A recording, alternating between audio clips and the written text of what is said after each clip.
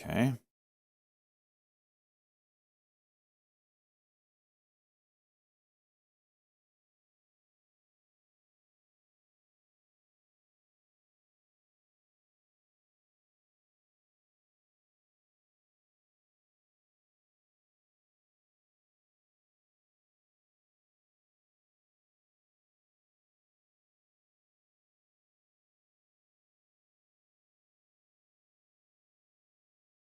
Okay. Hey, magic. Freaking flicker's gone.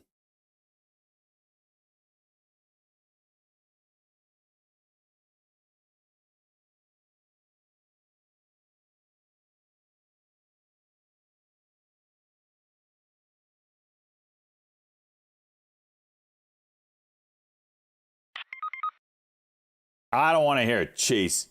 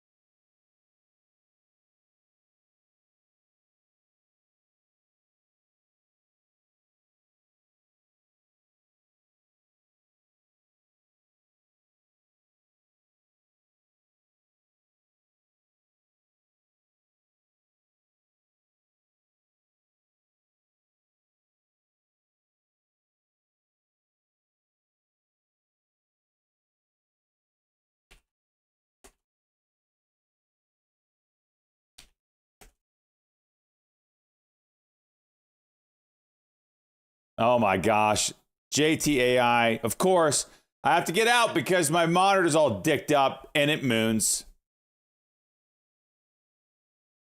Shit always happens to me when I can't trade something. Let me rephrase that. Shit always moves when I can't trade it.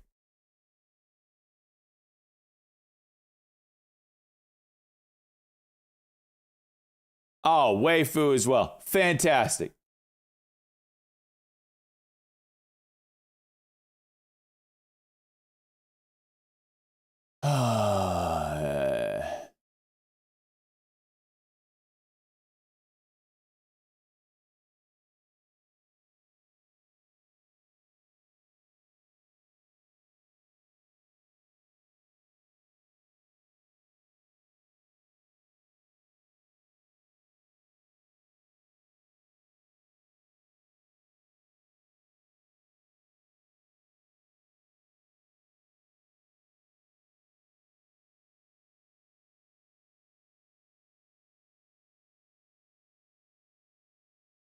Savage.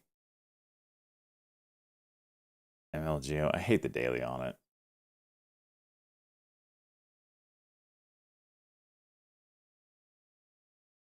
See if ADIL will curl here. It's kind of near that support level.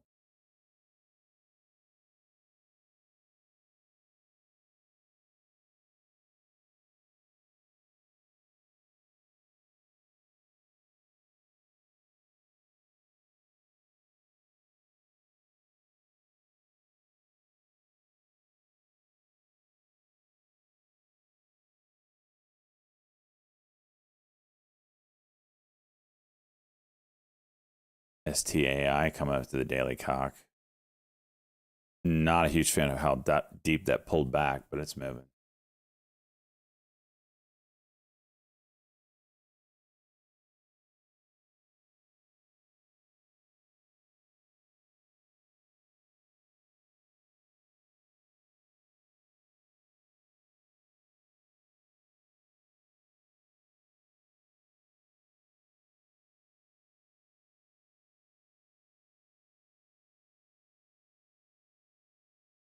$90. GTA, absolute banger.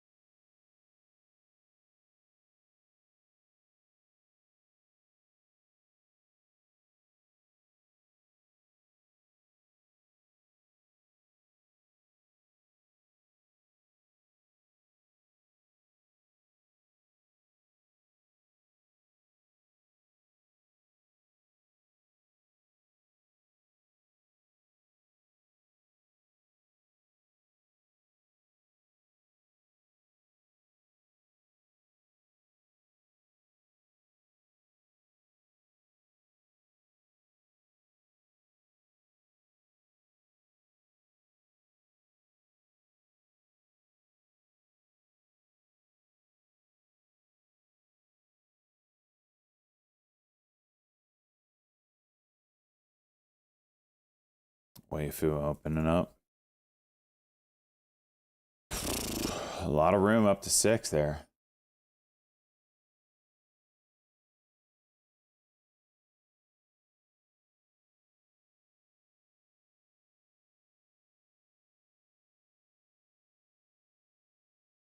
Can't believe this is down.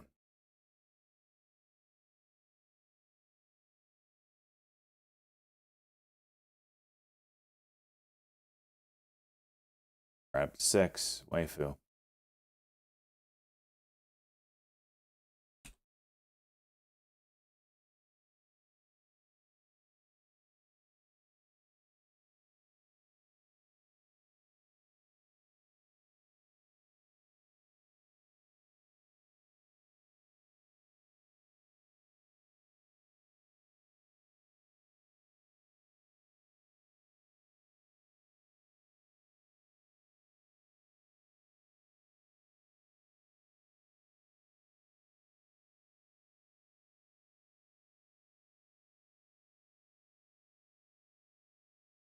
They want that 850, don't they? Got it.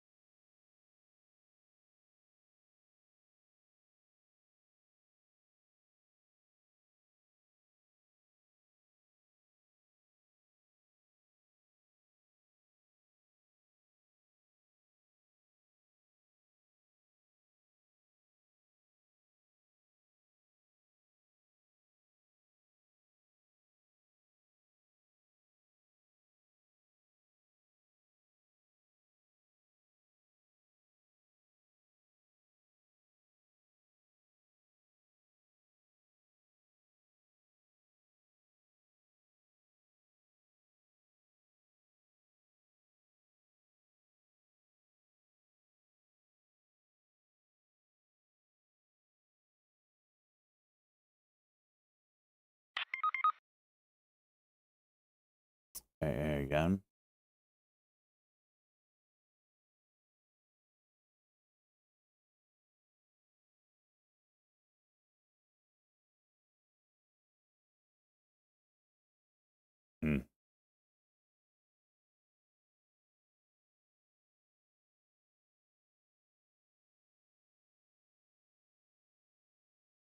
Really tight here.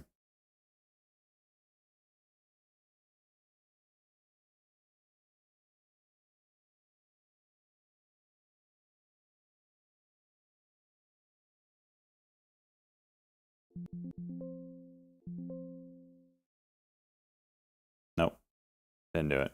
Oh. Hey, there's a 1 minute. That's all I wanted. The 1 minute pop.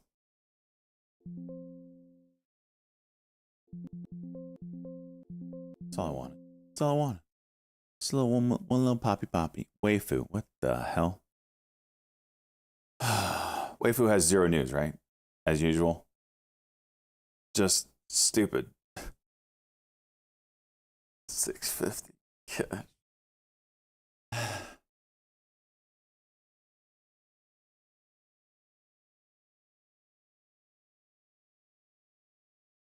What am I gonna play SPX?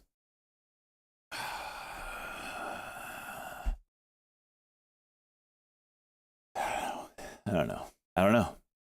Hymns low a day. Oof.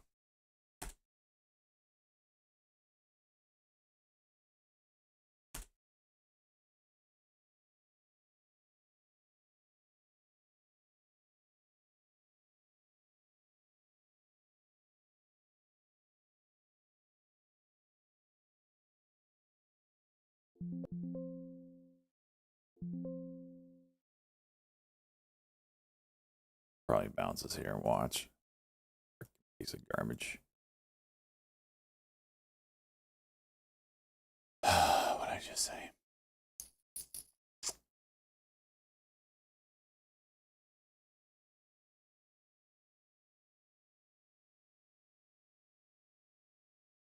I'm glad you said that, Shred, because I don't have a say in that, and I'm actually going to copy and paste.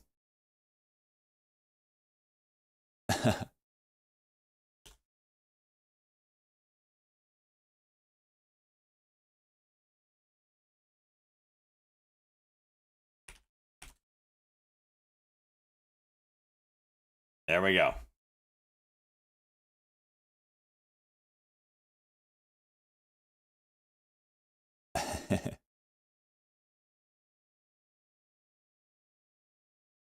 I have an issue with the highlighted yellow. The font I don't care about.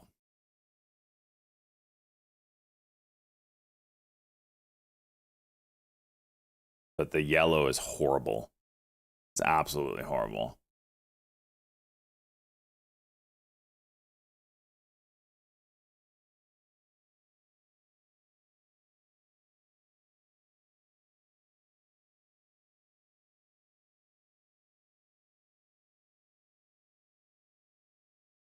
I just someone else wanted the dev to change the color, and I offered up, you know, I like the red or the blue that's in the logo, the SJ logo. Might be biased, but I think it would look good. A darker color against the white.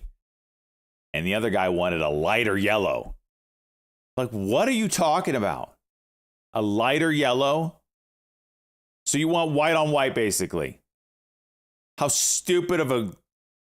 What are we doing here? And the dev went with the other guy's suggestion. I have no idea why. So now I have to wait for the dev to make a color wheel.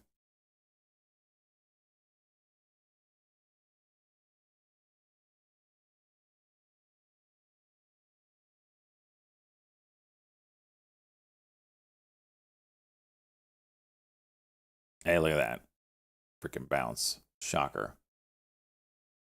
Where are we at today? $700. Okay. I need Waifu to chill for a sec. And you're getting 2 million shares a minute. Like, I don't really want to trade this stock. I don't. There's other things I can lose my money on.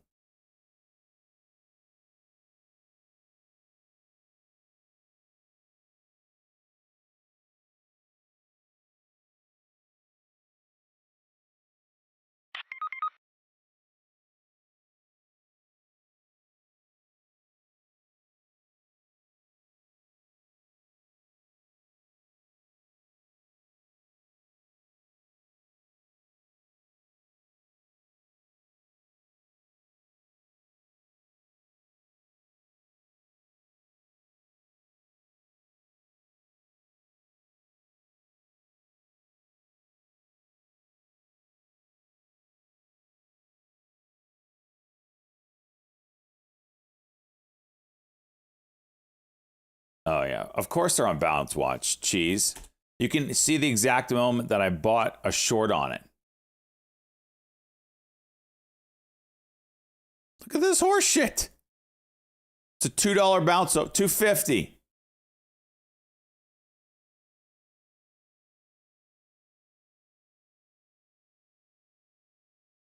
STAI, still a high day there.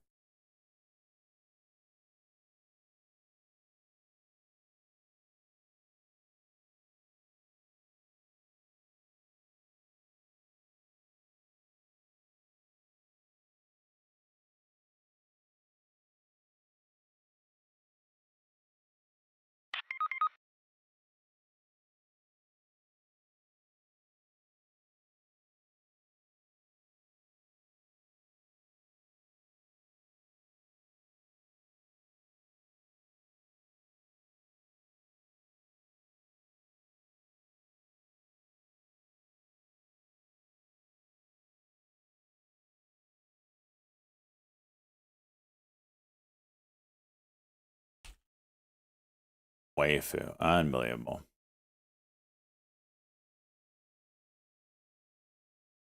And then right back down. Holy moly. What happened when you swim in the river naked? Oh, gosh.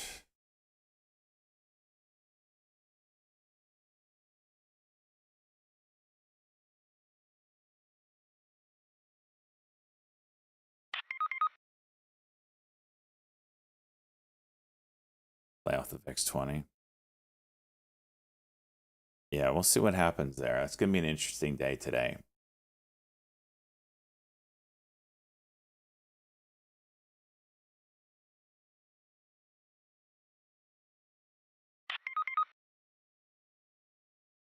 Cash, 10 o'clock. All right, what we got?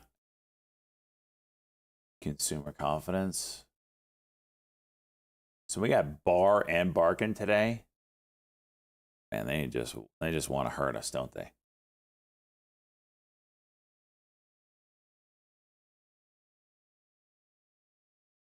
Six versus -3.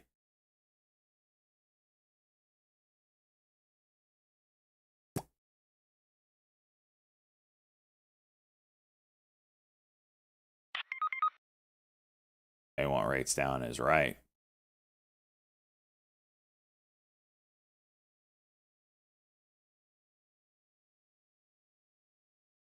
Tesla's taking a dunk here.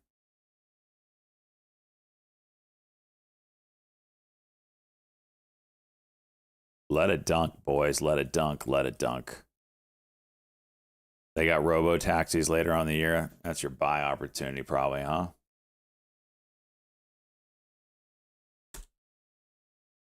Him's low a day. Damn right, it better be.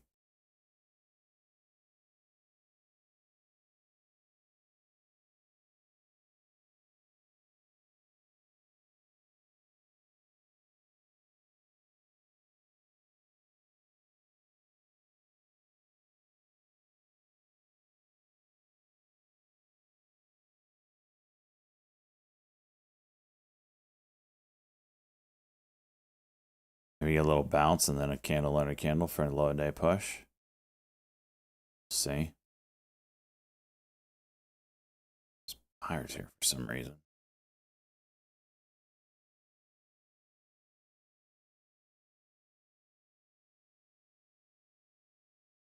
Look at this bounce. Stupid.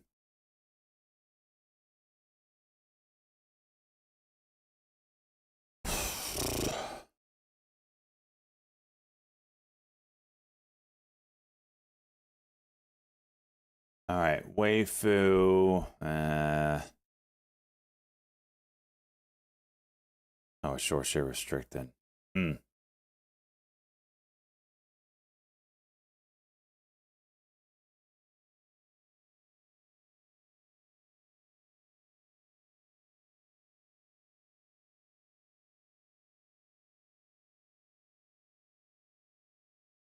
All right, we need a 24 break here. Come on, give it to me. Stop with this bounce bullshit.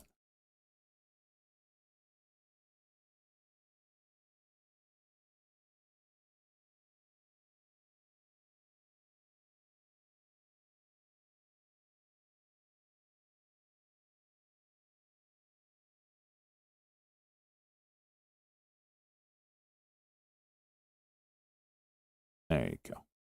Go break 38.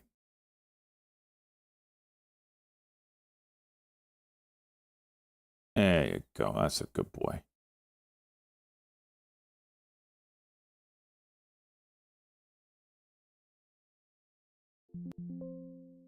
I was going to say, if that thing jumped up, well, I'm trying to exit. Again! GDC.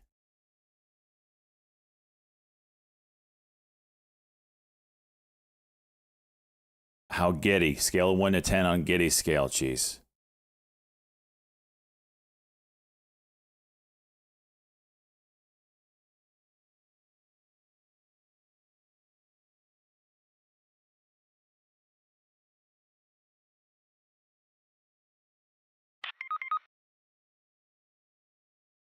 Being shady about it. All right. Okay.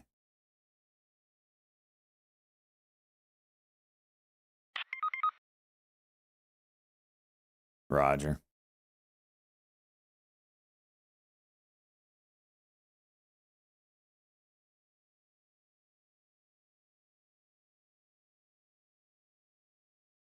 All right, get me out of this thing. Jeez.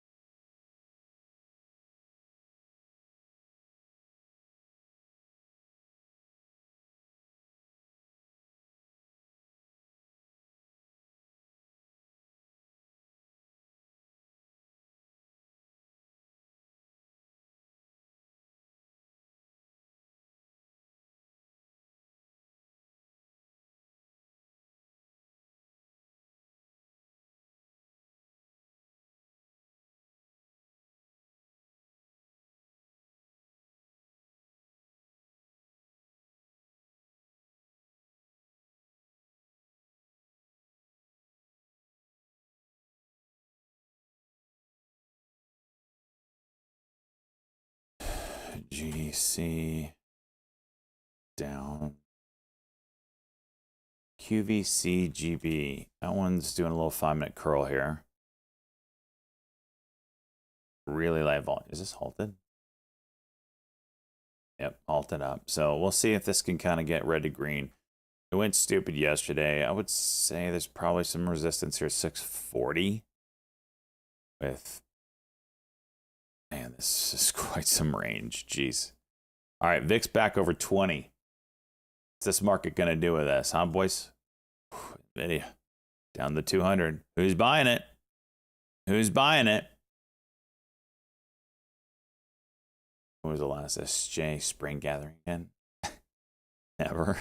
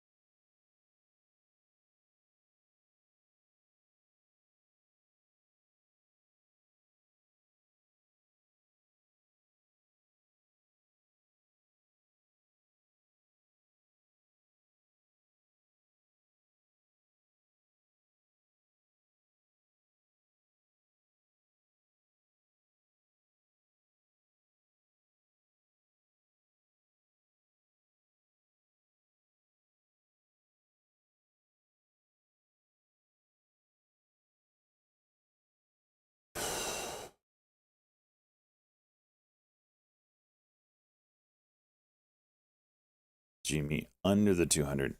Yeah.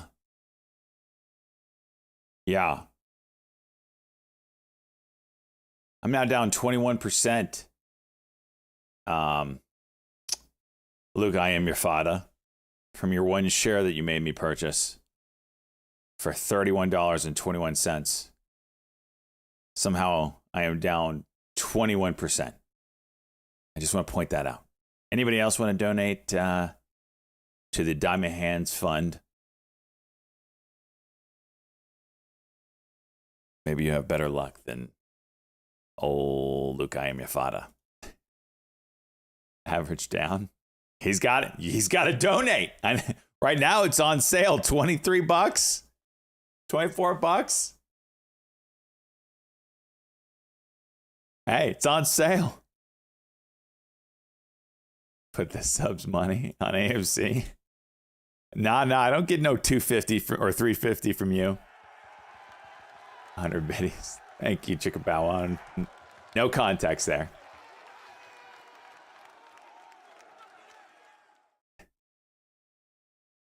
Just throwing 100 biddies at me. Do I need to dance now? All right, let's watch this thing out of the halt. When does this resume? 10-10-17.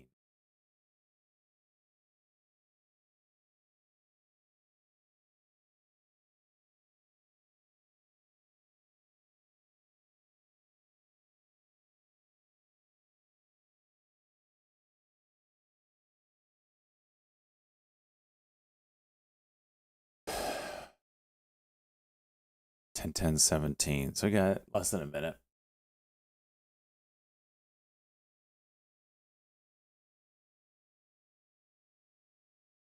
Big volume here. See what it does. See what it does. This is really light volume, so I can't even go big on it. 17 seconds.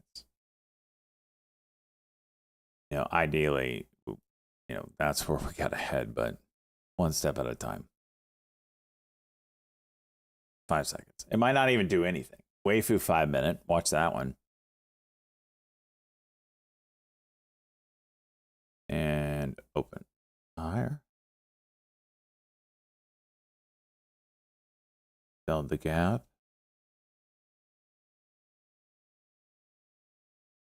Oh.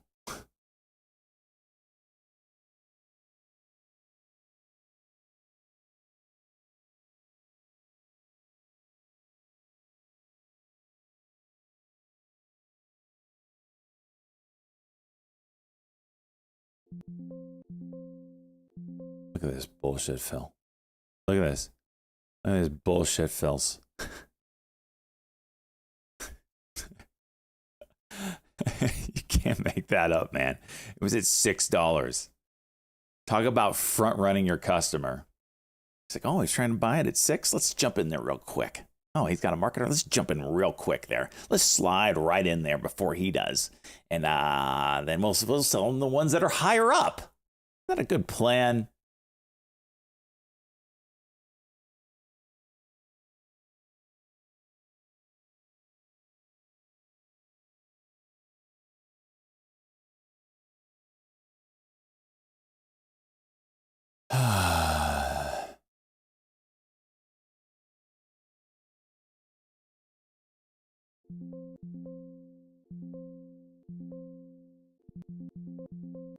Now I have to exit because I had such a shit freaking entry.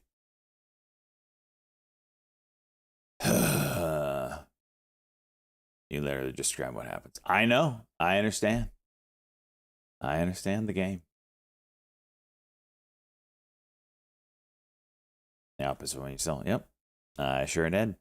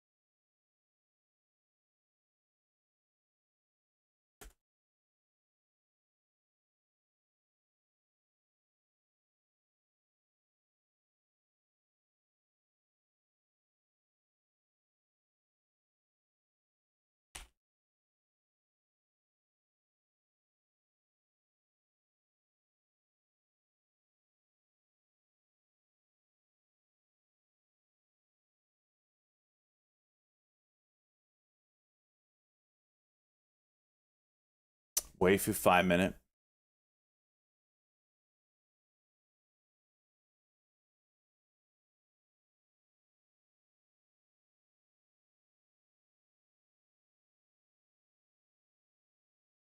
DOMH through VWAP.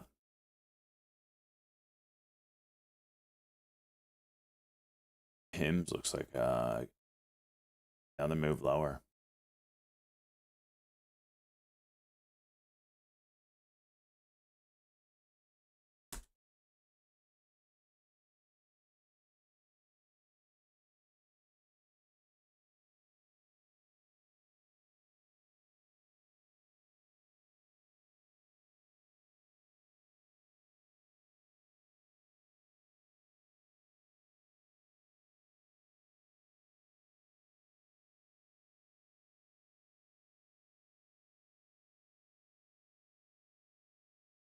Seems like some price compression here. VIX is juicing, boys and girls.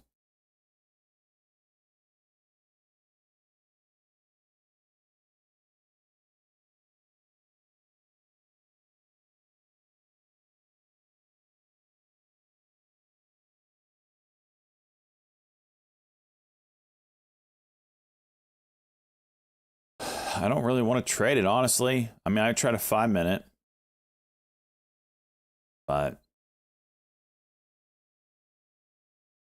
MACD's down. That's like my rule of thumb with these high volume, low floaters. Like, do not trade against the MACD.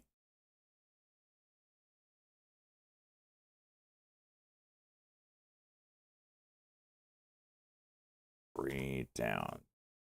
GTPP. MBRX. Not sure what's going on. ONVO.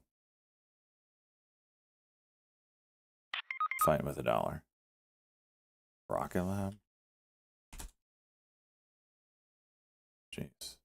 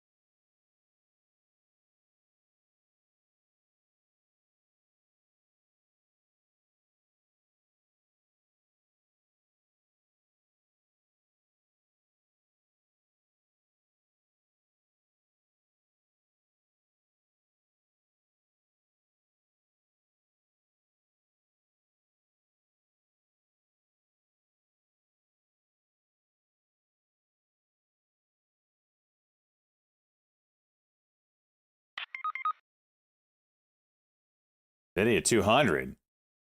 Yeah. We talked about that this morning.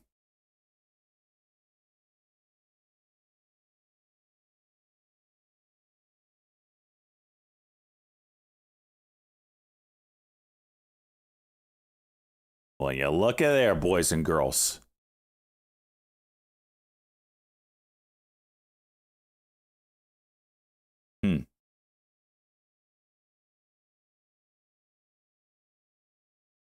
JTEI curl.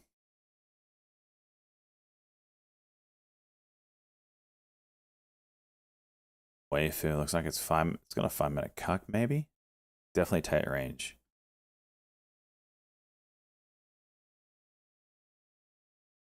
Hymns short.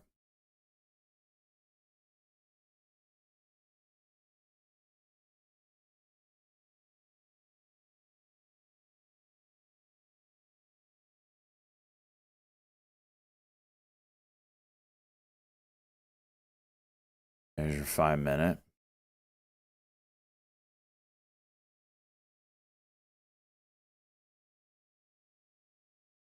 Tesla getting throttled.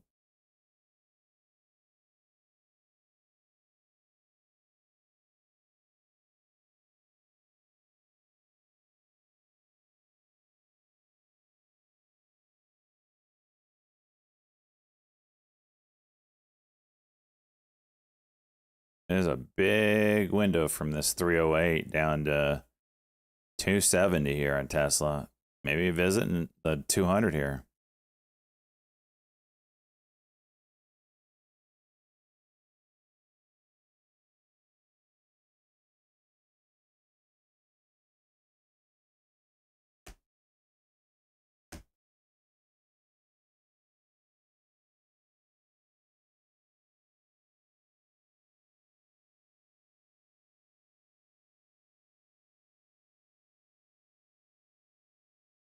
Look at that yellow. It's horrible.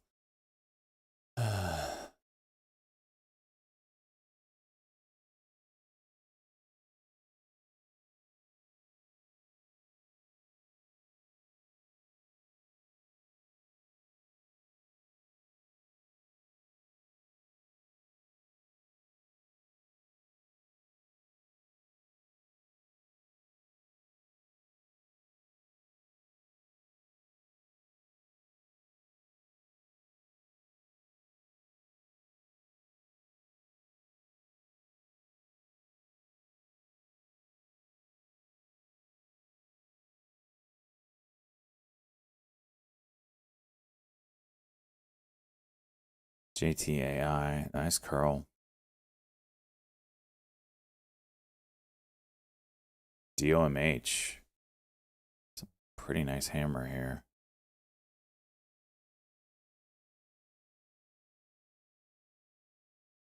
Can't see it, of course, because E-Trade just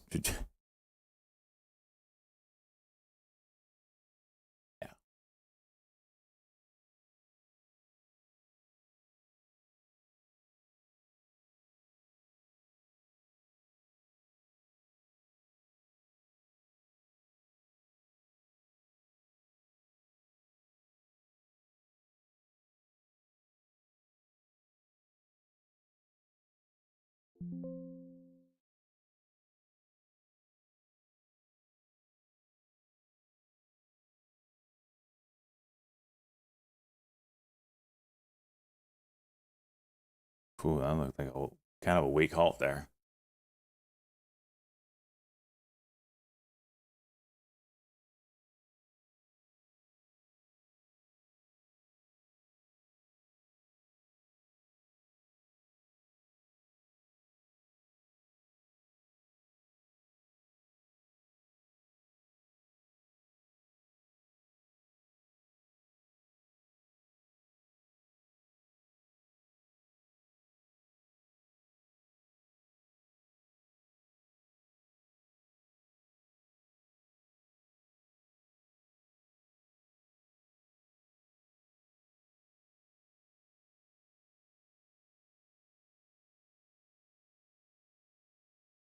It's a pretty nasty move here. SPY outside of the Bollinger Bands, breaking through the 100-day simple moving average. Like, that's a bounce spot the last 2 times it's been there. It broke through it here. Oh. Hey, E-Trade, I just appreciate it. Thank you for removing my 9 EMA daily. I didn't need that anyway. Freaking.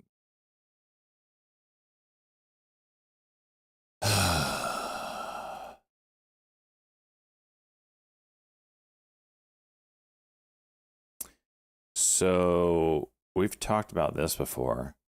Boy, see what's happening here.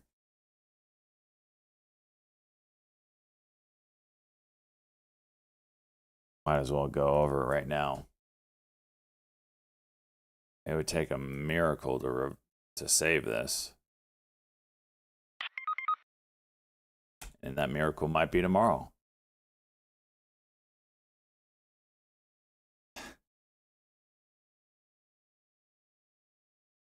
Jeez, honestly, the only thing that's stopping me, like, I don't want to go to another free platform because there's none that I really like. It's either this or like Lightspeed. And I really got to be to the point where I'm pushing max size that this platform can't handle. And then I have to switch. So we're getting closer, I guess, all that to say. Unless there's a product out there that was freaking great, which there's not. I have not hit the max.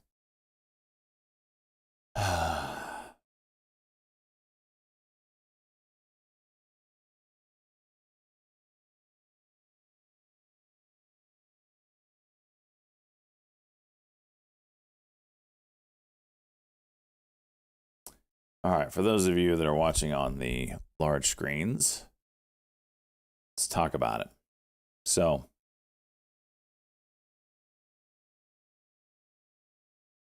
we got something going on here that hasn't gone on in a while. But by a while, I mean a couple months. So, what we're looking at here is this red line crossing underneath the 21. This is the daily chart. This is the SPY, and this is the 9 EMA under the 21 EMA.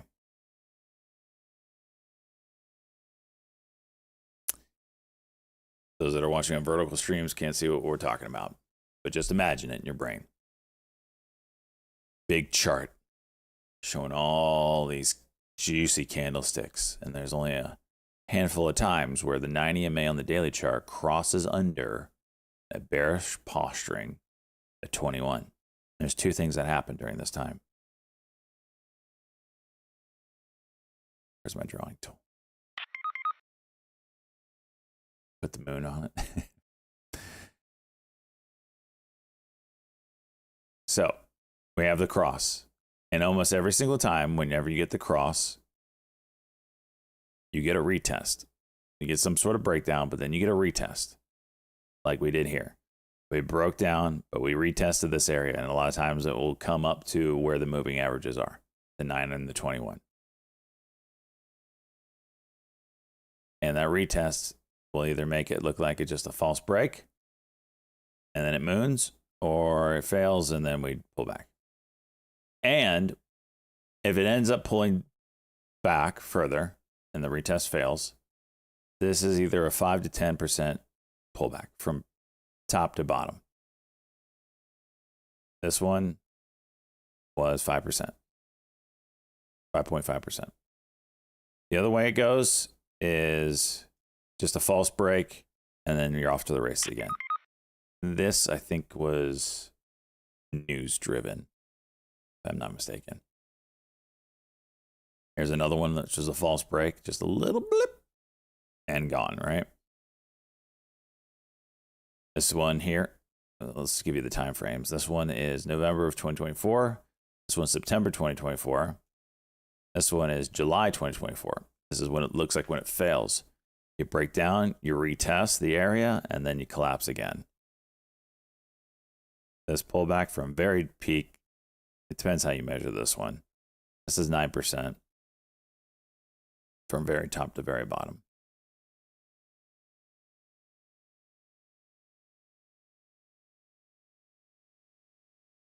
From Five Eyes? I don't know what you're talking about, geez. Here's another cross. We got the retest 2 days later and fail. This one top to bottom, 6% move. That was April 2024. Gotta go way back now. September 2023. You got the break, retest, fail. This was September. This one happened in August. You got the break, the retest, fail. From top to bottom, this one's 5.7%. Depends how you measure this one. 7%. This one, February 2023. Break, retest, fail. Tippy top to tippy bottom, 9% move. This one just broke. There was no real retest. 8% move. I don't think I've come back any further. This one was in December 2022. There's another one. Just look at it while we're here.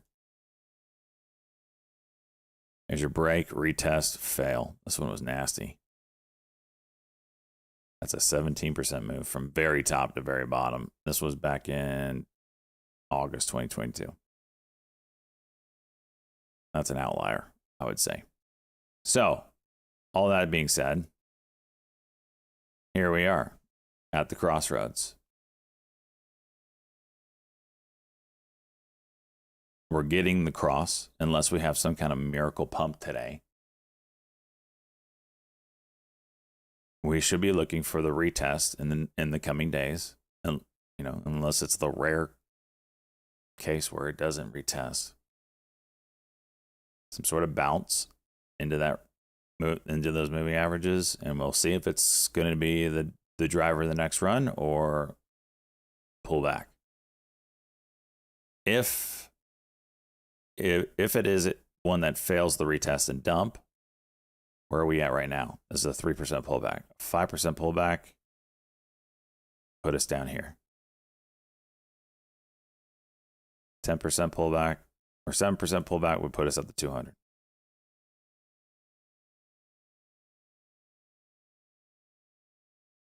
There it is.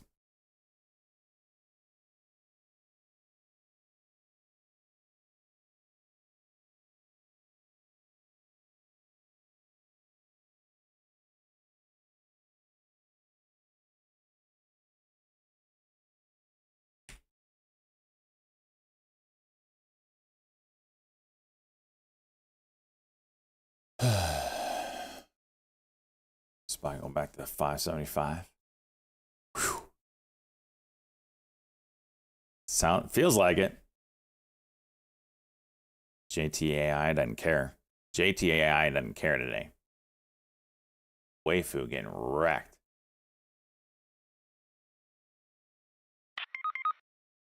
No predictions. Long a reclaim. Pick your indicator. Beep band 100. Whatever. Point is no crystal balls.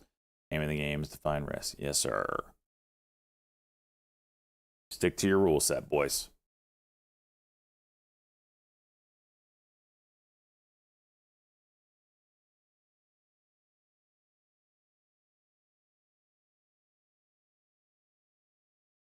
Morve at 100.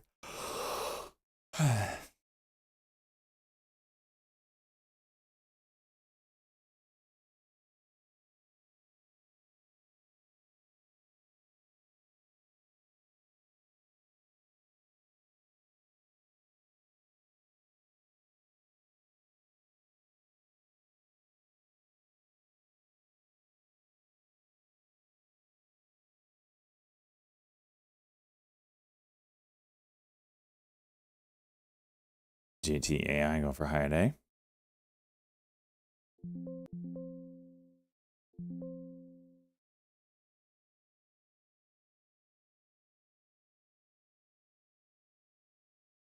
Oh, big seller, you sons of bitches.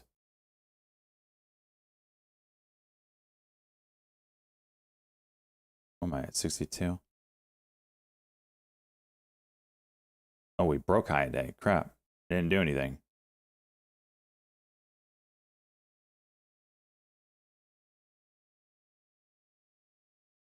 It's good volume here, but it's not really breaking away.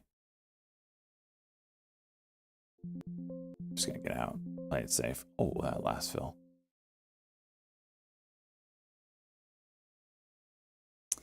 Didn't realize it broke high day.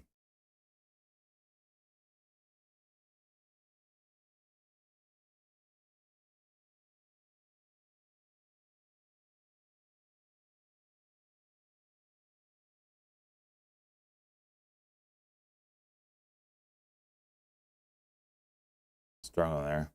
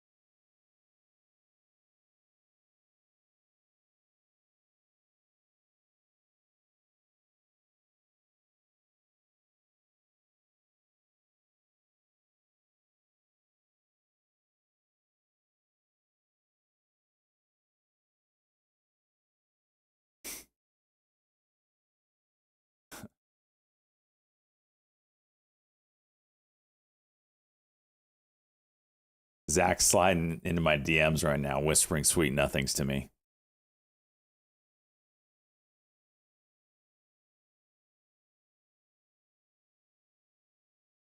I try this next 1 minute.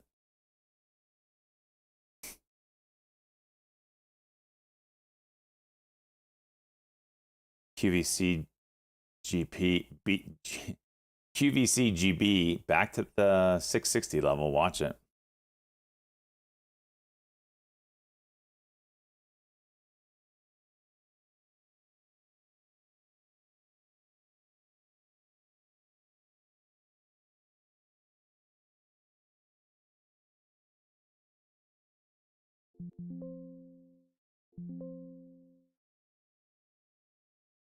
$60. Come on.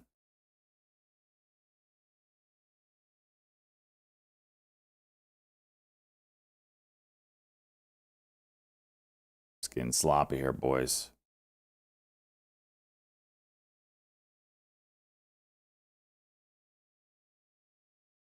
And it's gone. And it's gone.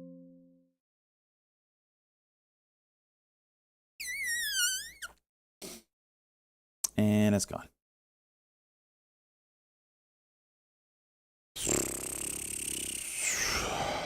Back to the grind.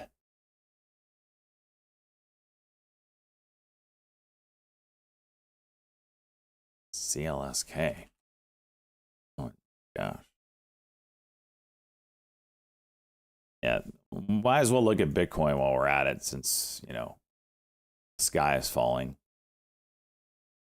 Okay, so this is a level that Bitcoin, this blue liquidity level, has been held by Bitcoin since November, right? And this was a massive bear trap when we broke through it, and in the same day came all the way back up. It was insane, right? Today, barring any miracle, will be the first daily close under that range. And also the problem is we had a squeeze forming on the daily chart, and we are now really looking like that's going to I mean, it's already cooling off, but it hasn't turned green yet. Would I be surprised if we bounce at some point to come back up here? No, but I think 90K will get rejected, or 91. We've got some really nasty crosses with moving averages crossing bigger moving averages. You got the 921 and the 50 all underneath the 100 here. That's not good. Everything looks bad. Everything looks bad.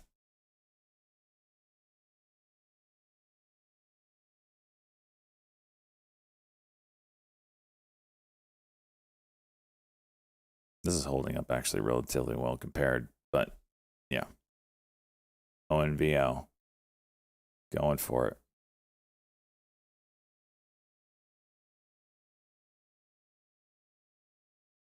Any 401k guidance? I can't give you guidance, but told you what I think the SPY is going to do. The market in general. Qs are getting the same look. My guess is you're going to get a bounce, maybe tomorrow.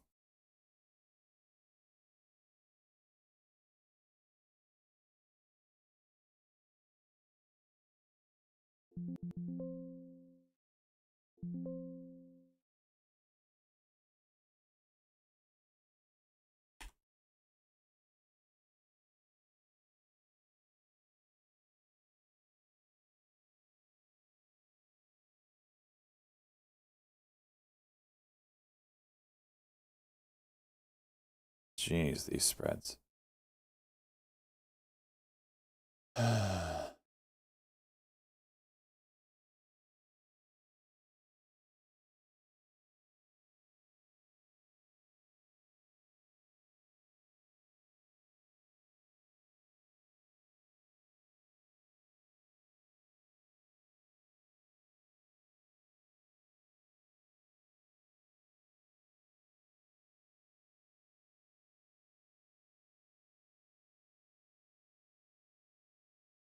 You bottom tick billion. What's Intel doing today?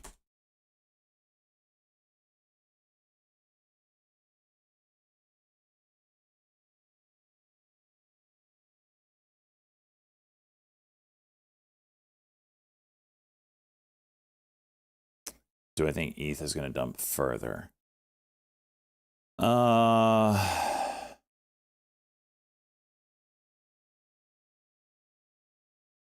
think I think the top is in for this cycle. Unless, and again, news can change that. I believe news can change that. All it takes right now is for Trump or Congress, I guess, really, to come out and say we're passing law to create a cryptocurrency fund, strategic investment, and then boom, Bitcoin 200K. So that's the wild card. And the top was then nice classic. Nice.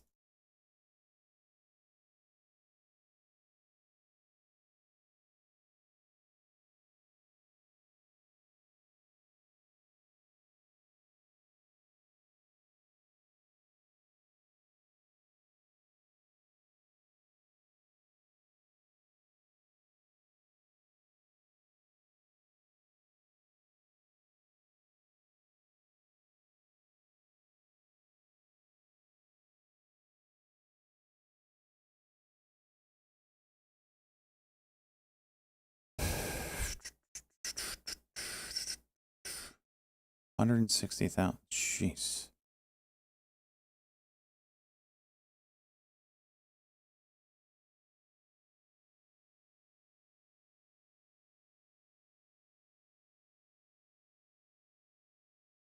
Tesla going for 300. Holy crap, they took it out.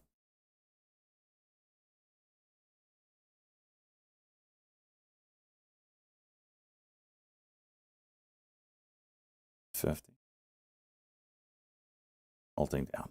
Oh my gosh. Oh, false halt.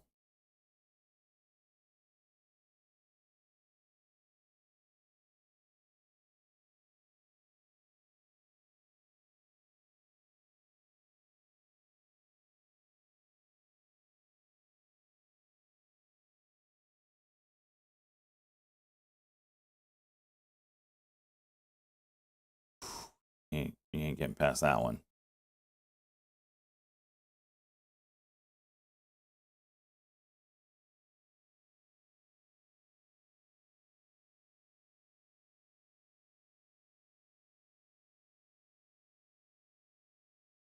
Freaking JD up, huh? MSW hitting the scanners. What are you?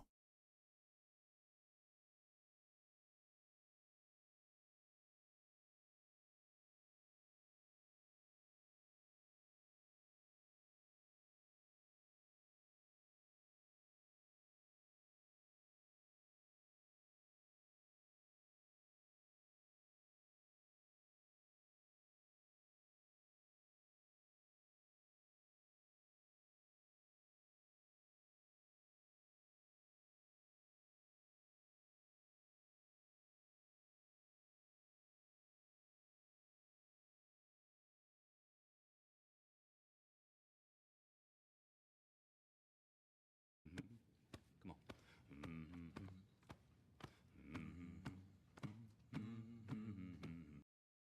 This market makes me want to shove ice picks in my pee hole.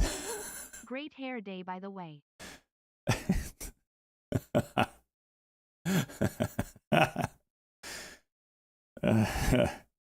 Photo, let's go, bud. 16. Oh, that's great. That's fantastic.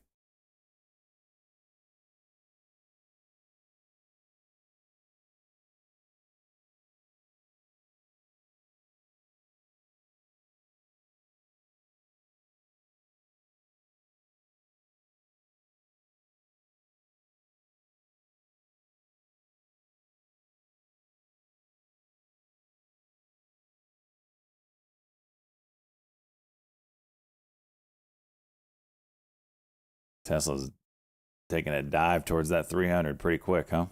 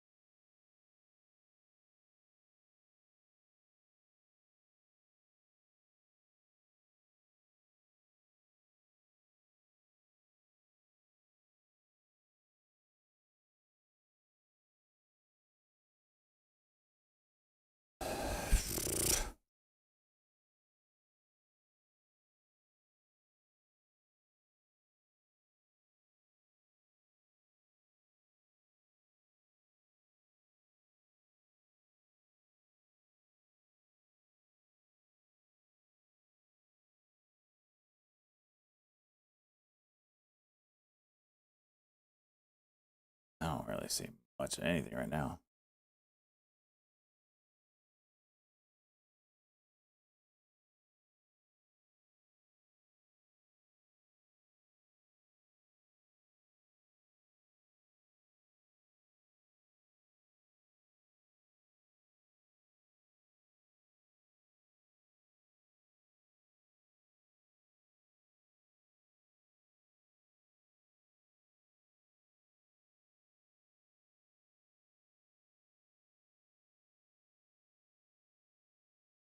Things really got slow real quick. Now we just shorten all large caps right now. They get you a T-shirt that says, "I voted for this 8-year-old orange guy to kick out the people who don't look like me, but all I got was Bitcoin 70." That sounds like a horrible T-shirt. What?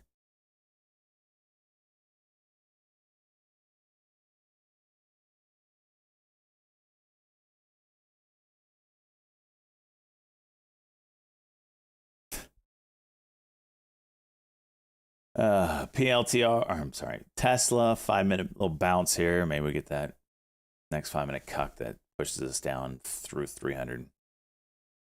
I didn't mean to offend. We need NVIDIA.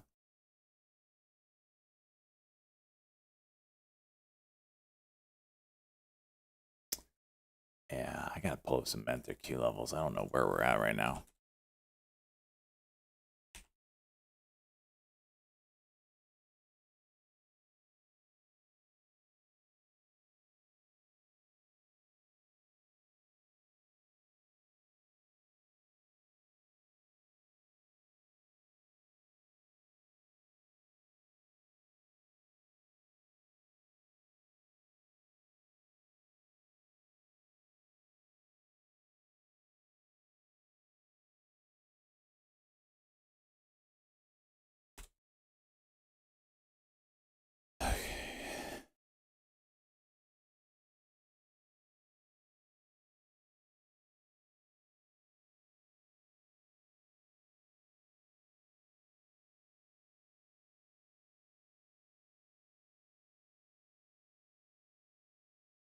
Oh, okay. So this might be a bounce spot, boys and girls. We're right at the 1-day min on the SPY. Oh, the Qs. Where are we at? Below it. So we'll see. We'll see which one's going to lead the way.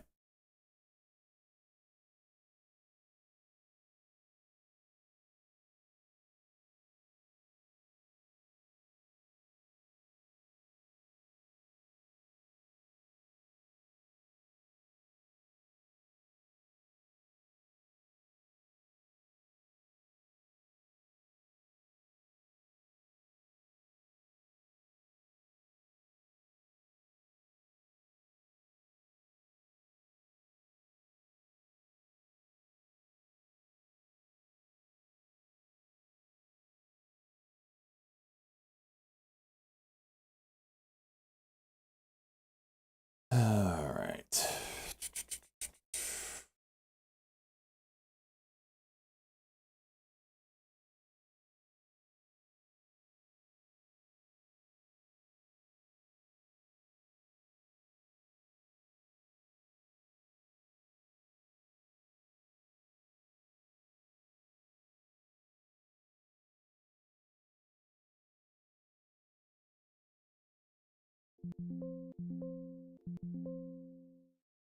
Good fills.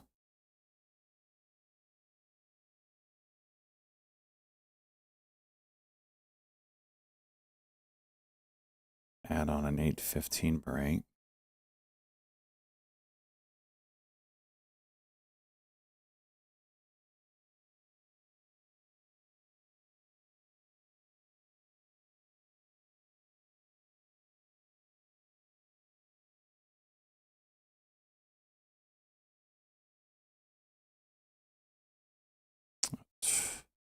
Just jumped right over it. 24 break.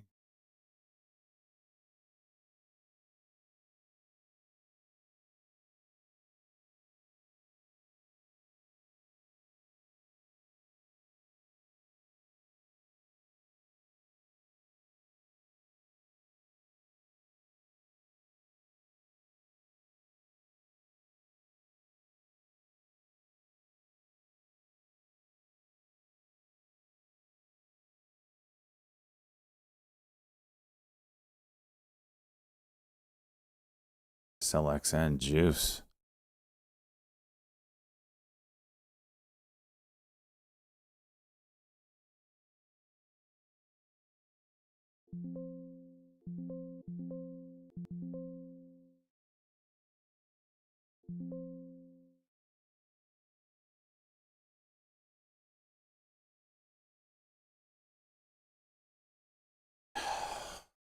then you freaking break.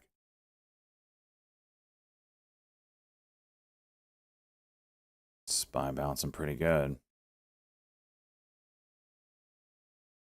Q's with the reclaim. Nope. Retest. Sorry.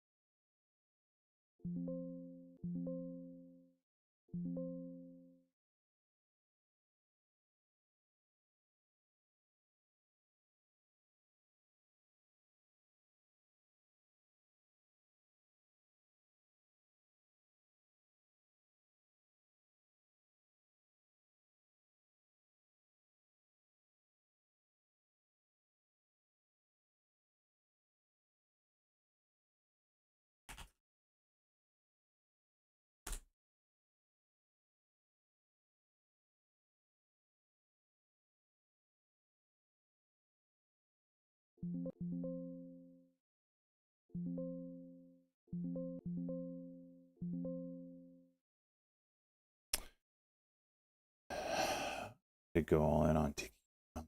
Nice. Nice.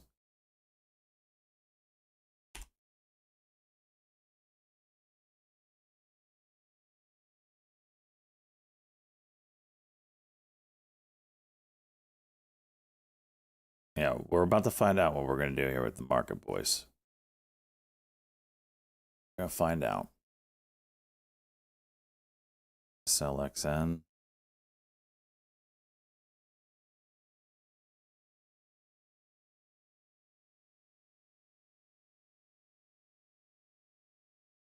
I don't know where this 55 level comes from, but I got it there.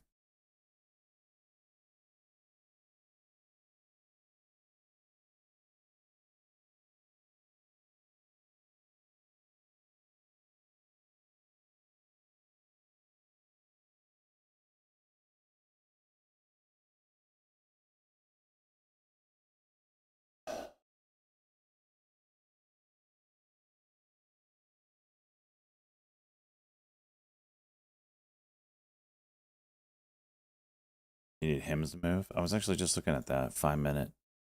Is it 63 break?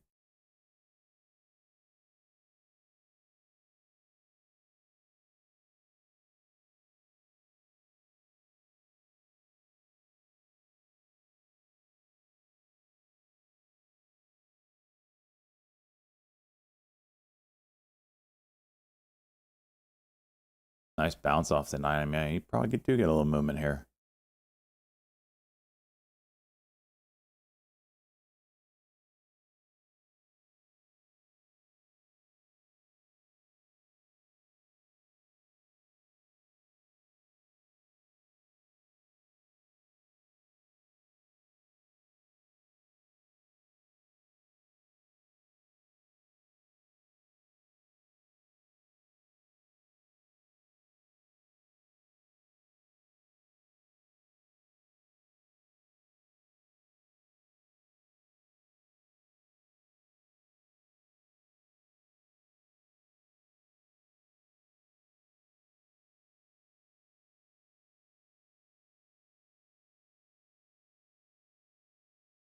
CSAI.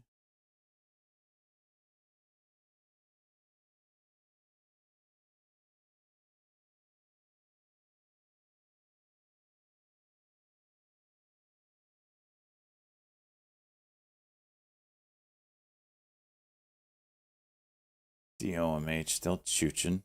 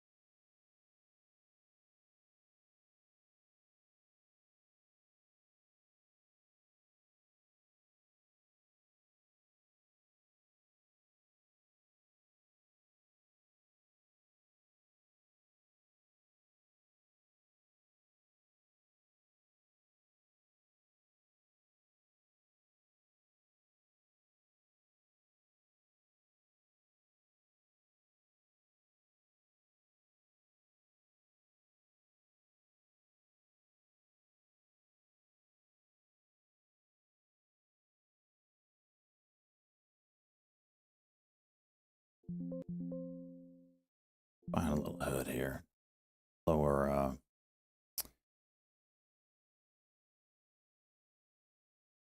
Bollinger Band on the daily chart. I expect us to get a bounce in the next day or two. If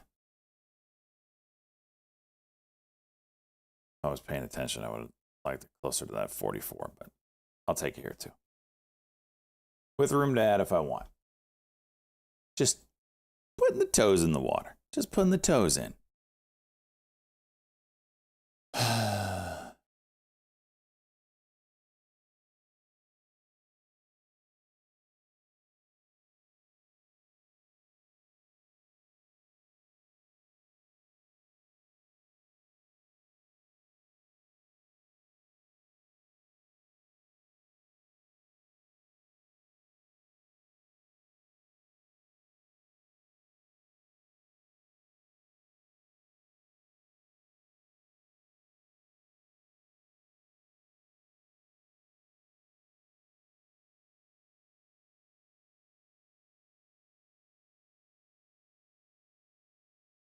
Big level at this 850.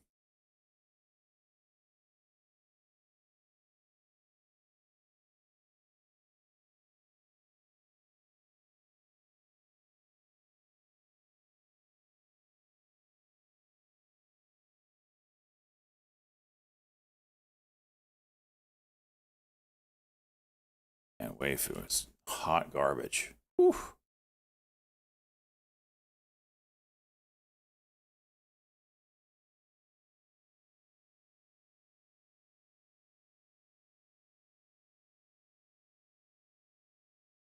Hacker Wall Street.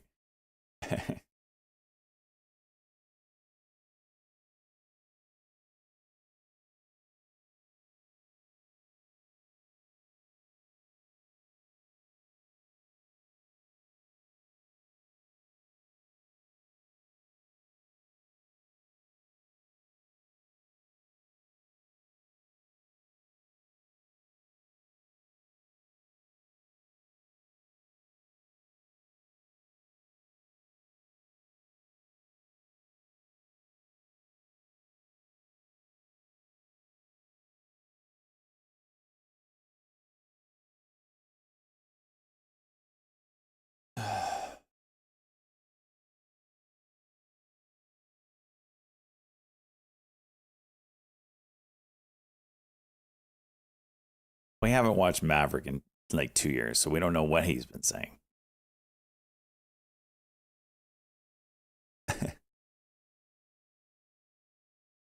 MLGO hanging out near high day. Okay, it's like the only thing. Ruben too. Okay. CSAI. AGH.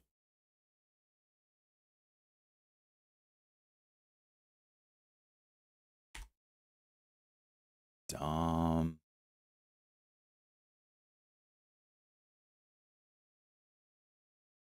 RVLV permanent store.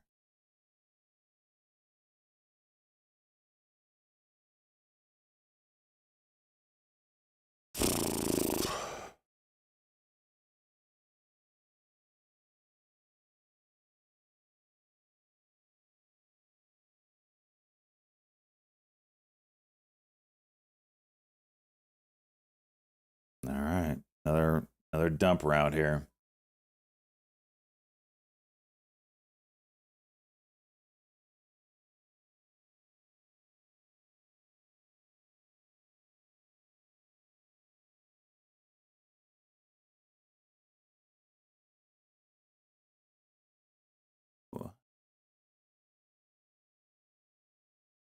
TCLA, jeez, 35%.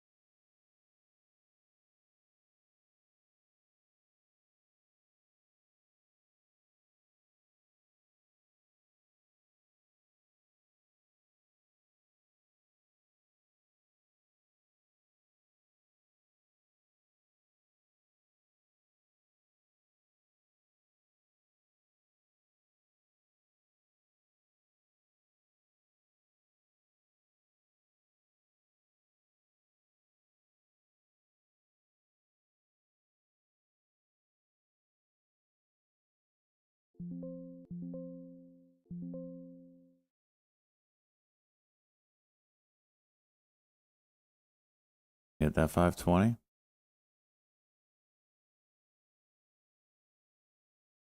Got the volume for it.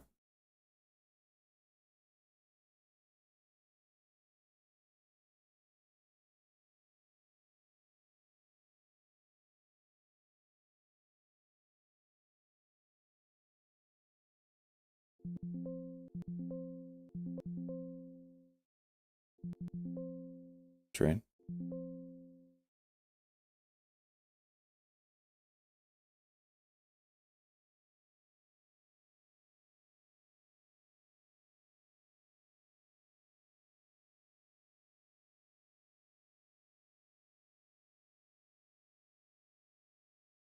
Jeez.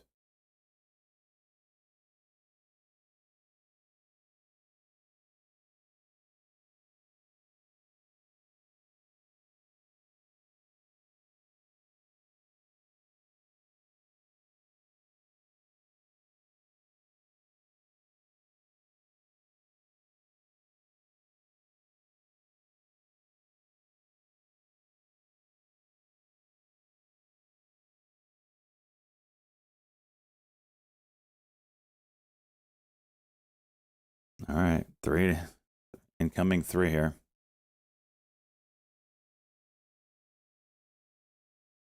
My guess is it breaks the first time. If I remember correctly, Tesla does a pretty good job breaking massive levels first time. So I'm guessing it does. First time we see 300, it'll break it. That's my prediction.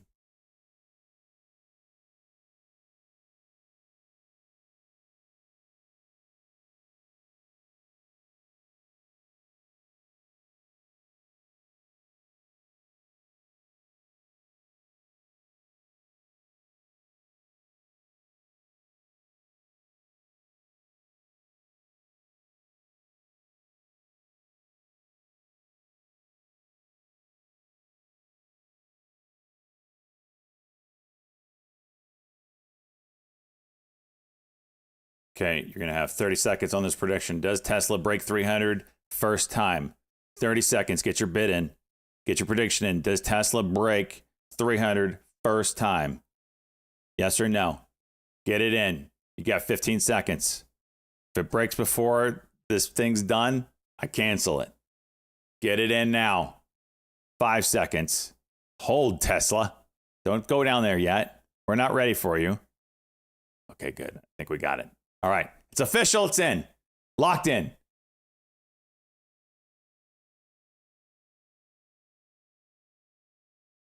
First time we see 300. First time we see 300 is what I'm referring to, which we have not seen yet. We've seen 311. 96 to 4. Big spenders here.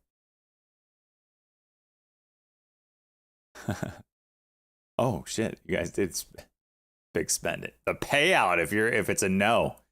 The payout on no is hot.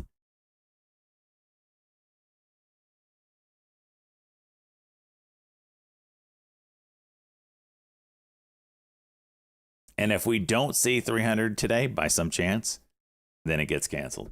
We have to see 300 for it to count.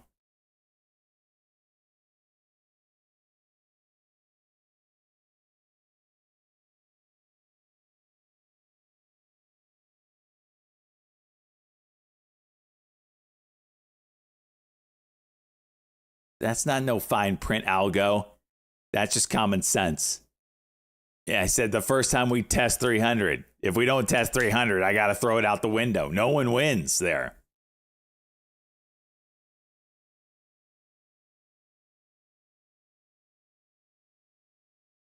Poly market. Of course, we bounce again.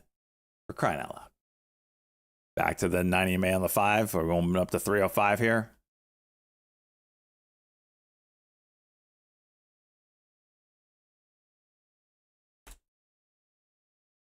Jeez.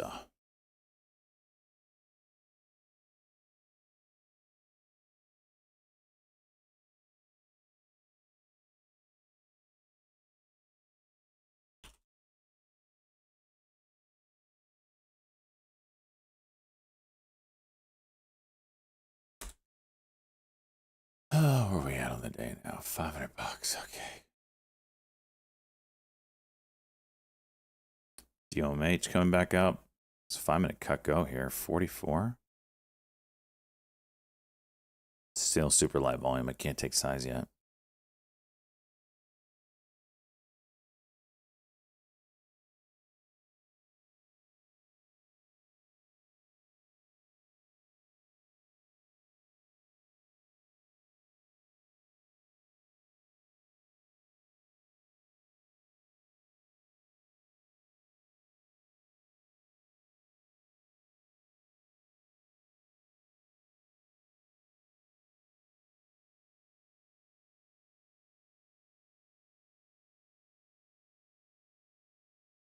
What candle time we looking at the prediction? It doesn't matter. It's a 1 minute for sure, but it doesn't matter. It's the first time we touch it. So that minute, when that second, the minute candlestick is what we're talking about. But I will go down to the 10-second candlestick if I have to. If we tap 300 and then bounce in any sense, the bouncers get it.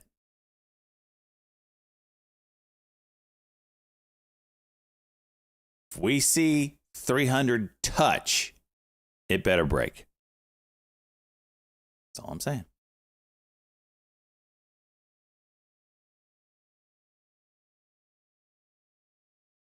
We didn't touch no 300. Low of the day is 311 cents. Don't freaking at me. Don't at me with that nonsense.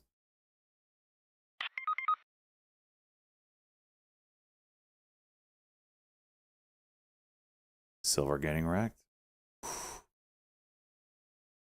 What's gold doing? Just curious.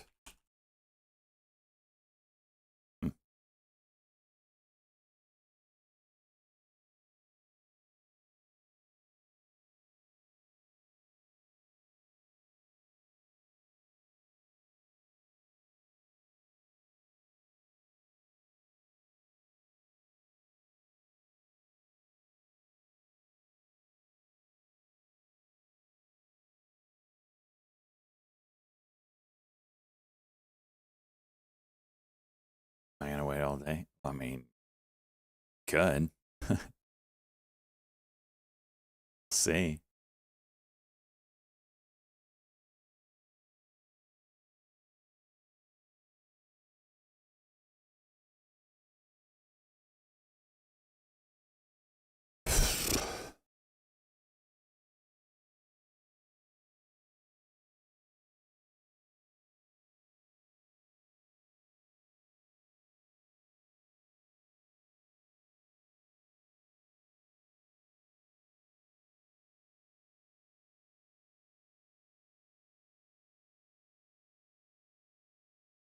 I just got blocked by someone for saying I'm going to short the dead cat if I have a true cash. Are people hiding markets in? I don't know who blocked you. No one. I don't have any mods over on TikTok. JJ, did you get blocked at another trader stream?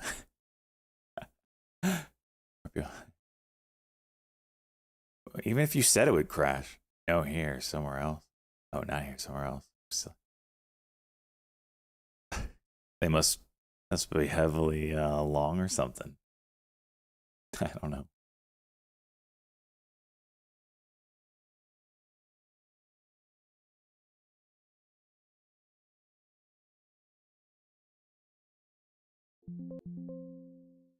Great fill, E-Trade. Oh, bless your heart, E-Turd. 41's the 5.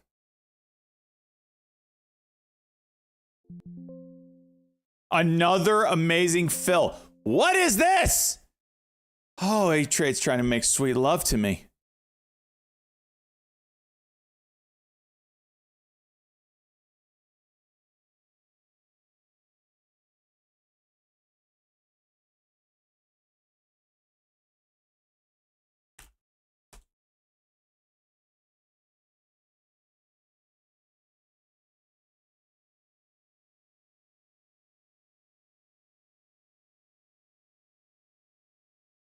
841's the 5-minute.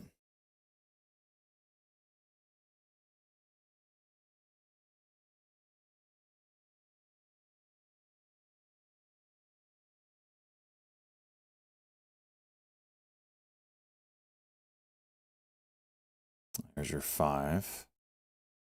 See if that bid moves up. MACD cross. Super freaking light volume.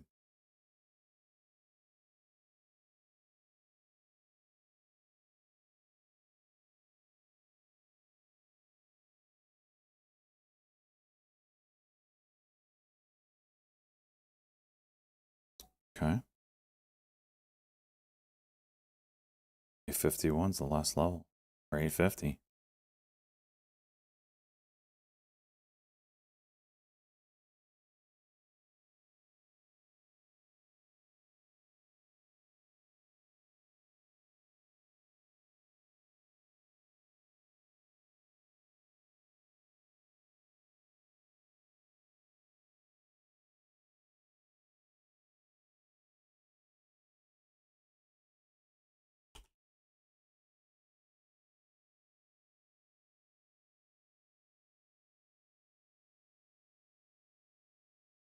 See it break, baby.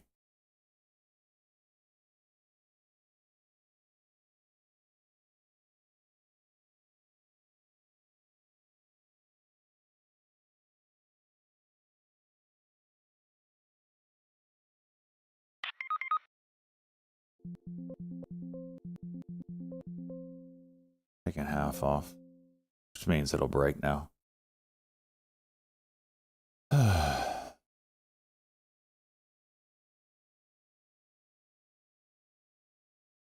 Does that count? That counts.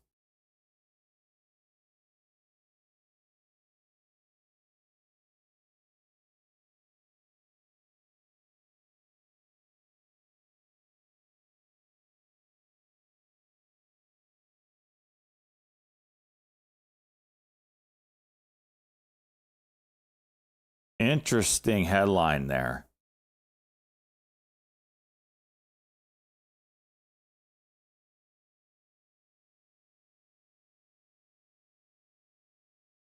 MFI big pop.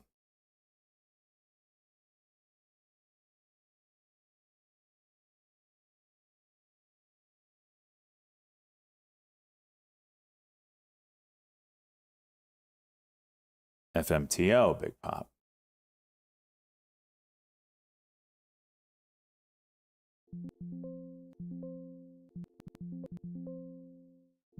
All right, I'll take it off.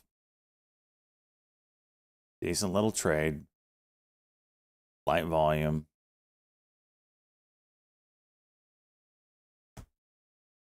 E-Trade was making sweet love to me. Yeah, that Fed headline was crazy. Yeah. So if you didn't hear the headline, the head of new Fed-focused congressional task force plans to broad review of central bank's policy approach. Oh, that was the first part. Where's the second part? That was like the big whoa. Cheese, do you have it?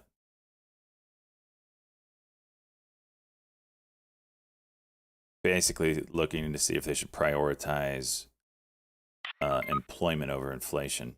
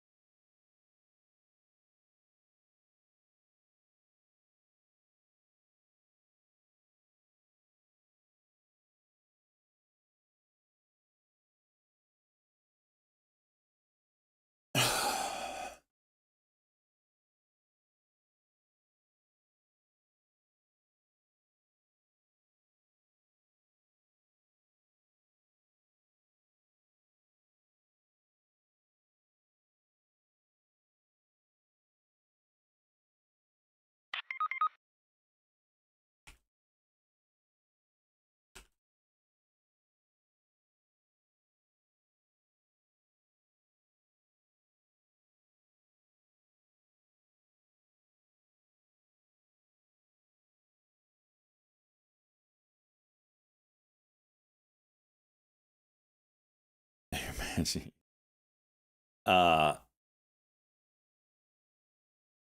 that headline, the second part of that task force, Fed focused congressional task force headline. I only have the first part of it. MFI, big pop up out of nowhere here.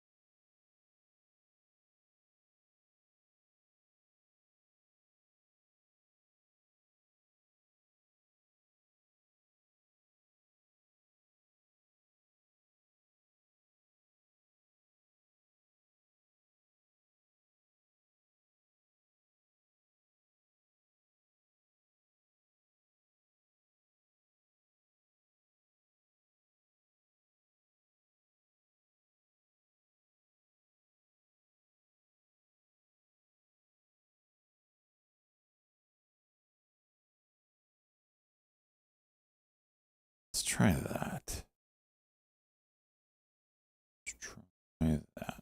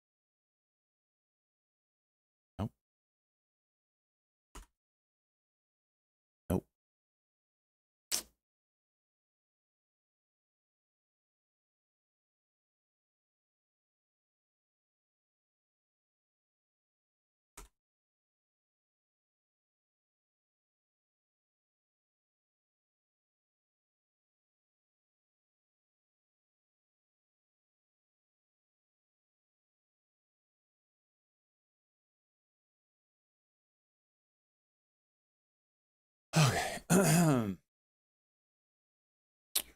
do do do do do. Mm, mm, mm, mm.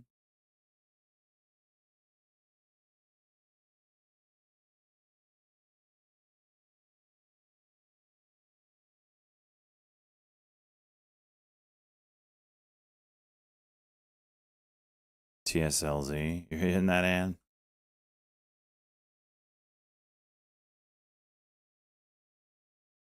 May we dine together.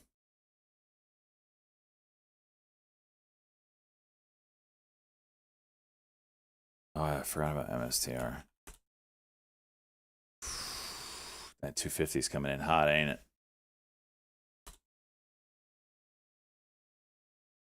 225.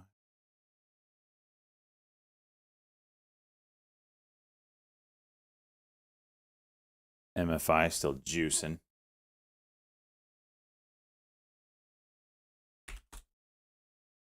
Five-minute cock on that with a W on the 1 minute.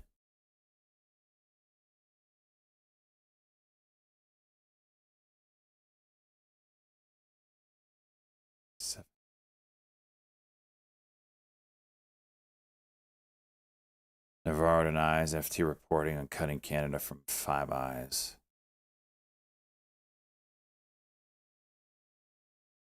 TSLZ and BTCZ. Can I play BTCZ? I mean, if you time that, you killed it. ADIL inside candle here on the 5 minute for 94.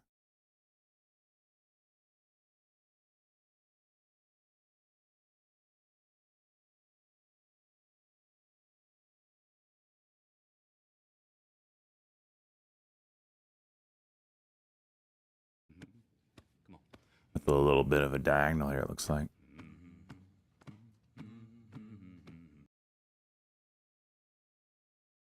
Venezuelan hitman, welcome aboard, you good-looking bastard, you.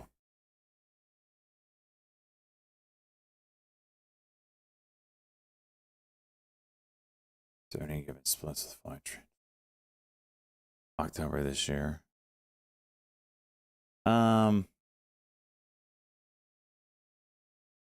Maybe.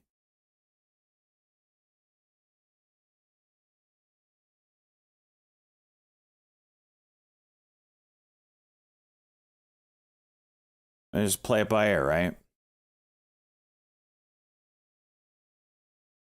We'll look at it around that time frame. Yeah.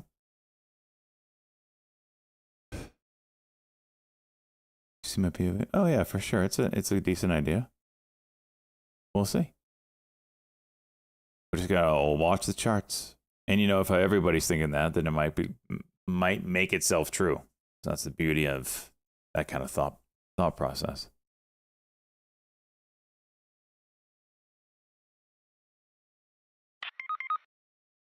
Tesla M pattern here at the 302.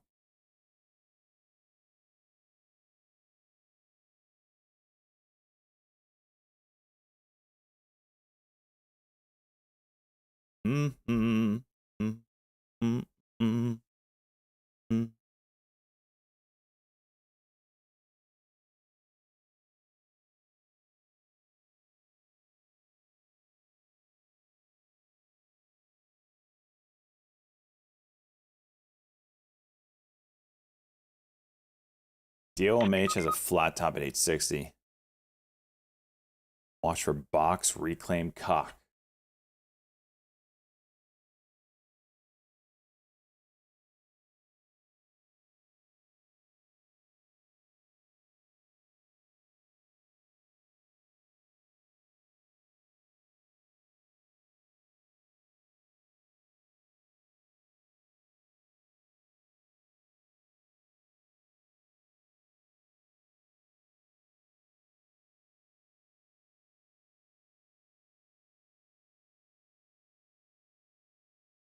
CYD is still green.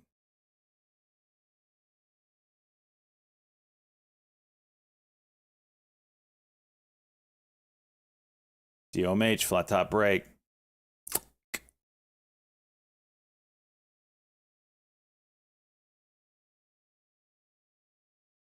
MFI.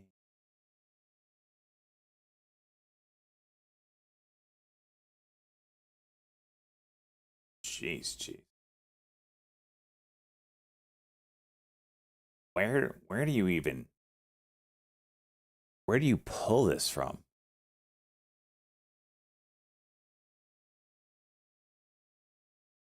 What is even this? What is even this? All right, Tesla. DOMH juice.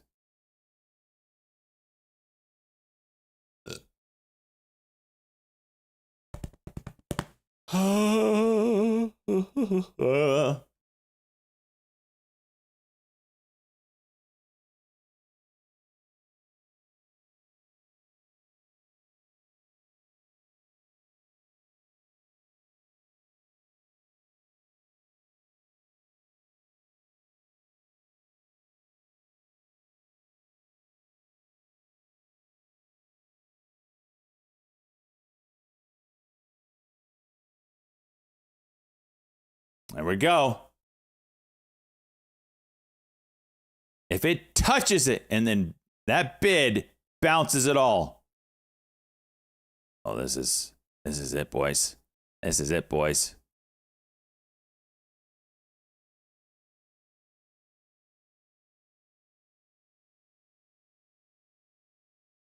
When it breaks 20, that means China's out.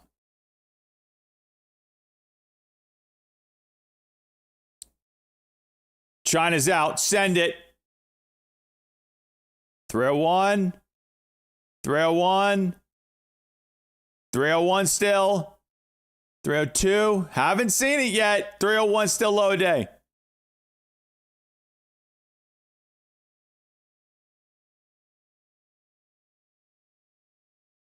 Now they're holding it.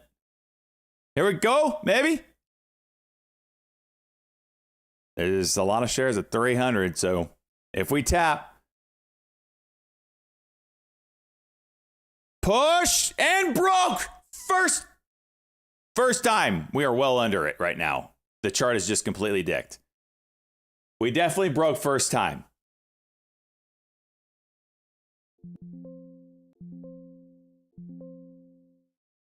Now the chart's catching up. Look at this. Actual price is 290. Now it's back to 300.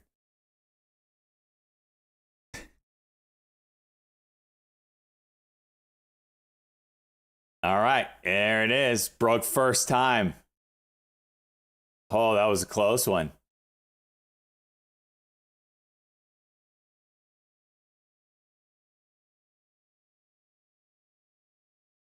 Look how far behind. Okay, did it catch up? I feel like it. Yeah, I feel like we caught up.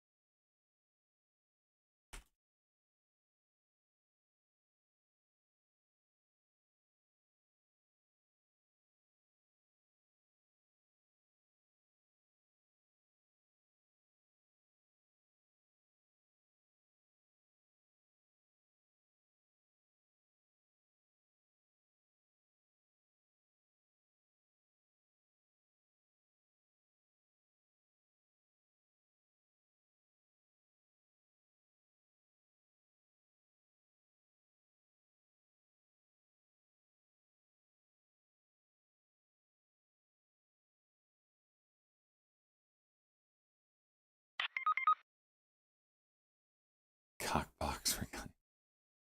Okay, jeez. Let's close this out so I don't have to look at that anymore. DOMH, another juicer. Back to 9. We got $9 and the high of 920 there.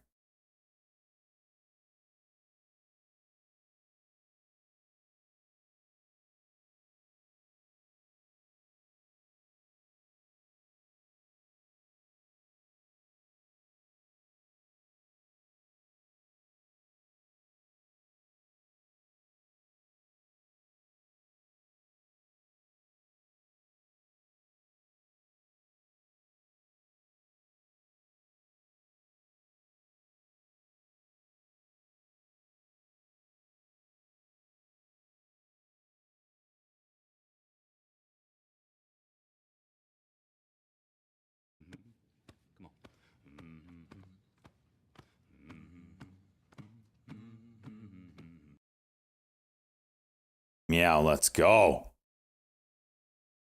Let's You go. smell that? What is that? Wait. What's that smell? That was Dabbing Ducks with the No. 5 gifted subs. Let's go, buddy. Opportunity. No, money. Let's go, buddy. Okay. Hot damn. What'd you trade, Dabbin? What did you trade?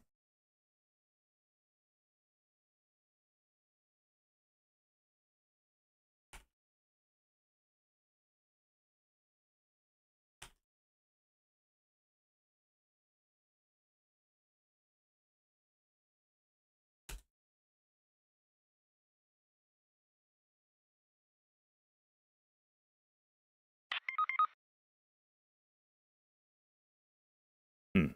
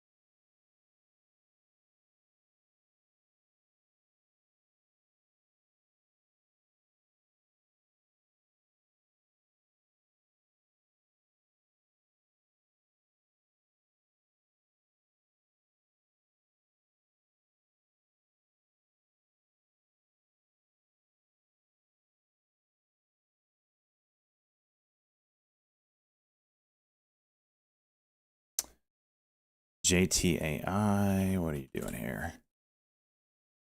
1010 level something.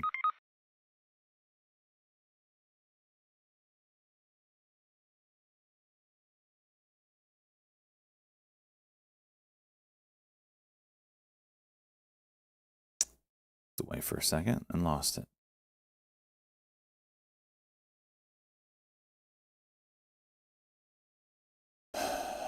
Who got the credentials? Oh, I do, but you know, geez, it's I can't share it because then they'll know who it came from, you know.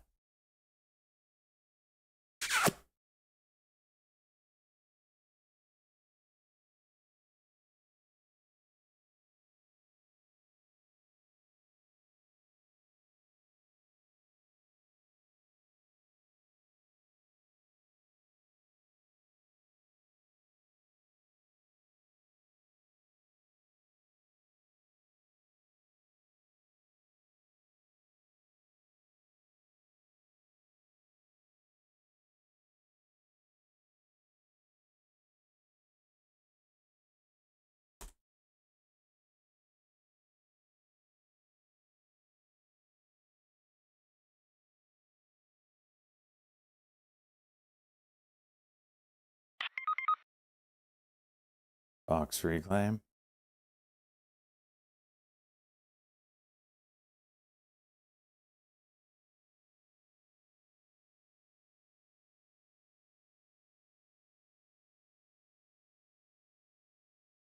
DOMH coming back up here.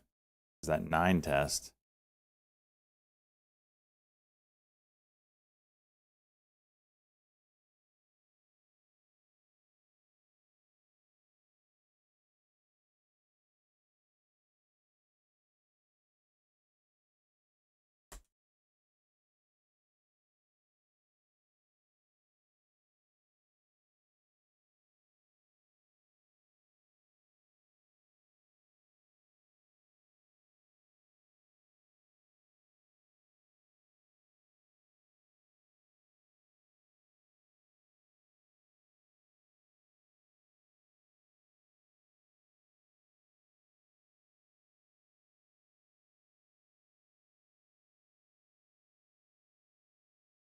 Rito.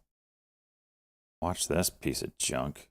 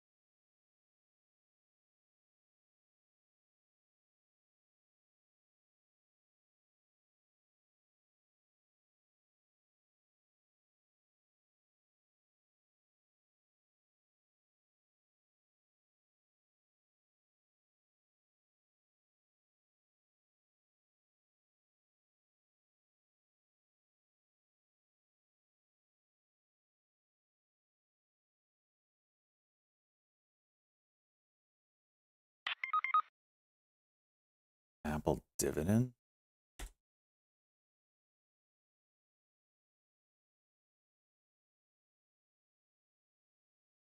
About it, cheese.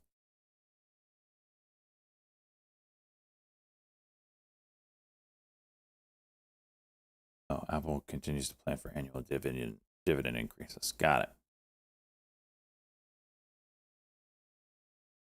Waifu. Interesting 5. Bit of a diagonal through here.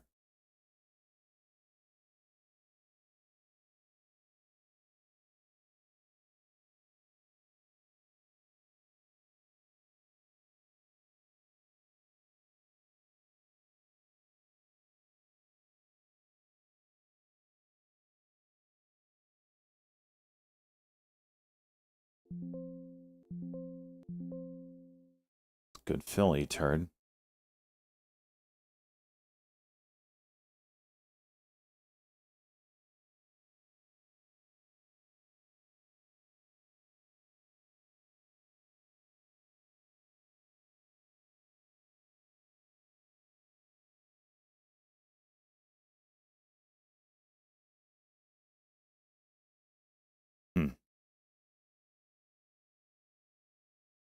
I should have done better.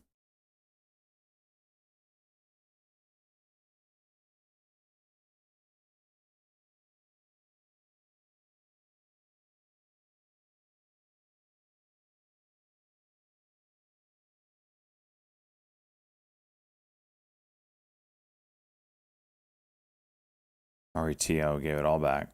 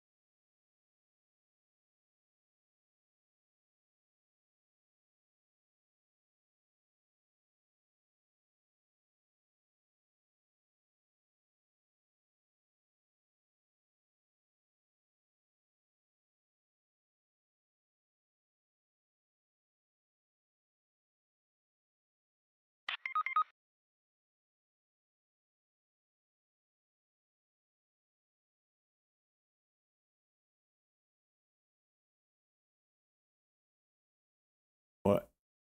Let's just pump it up. No, it's a bar. Wow.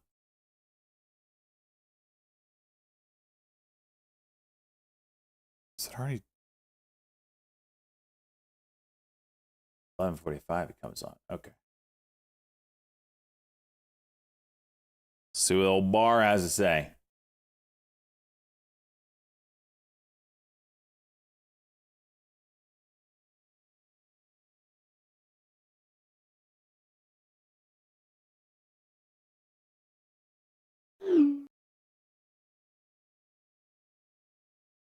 Apple will be the largest customer of TSMC's Arizona factory.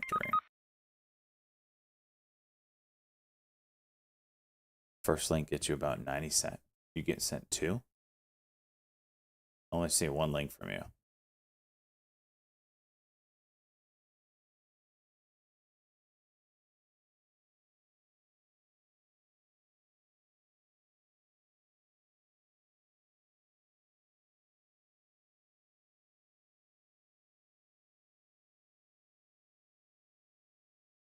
I'll turn it on when they go live.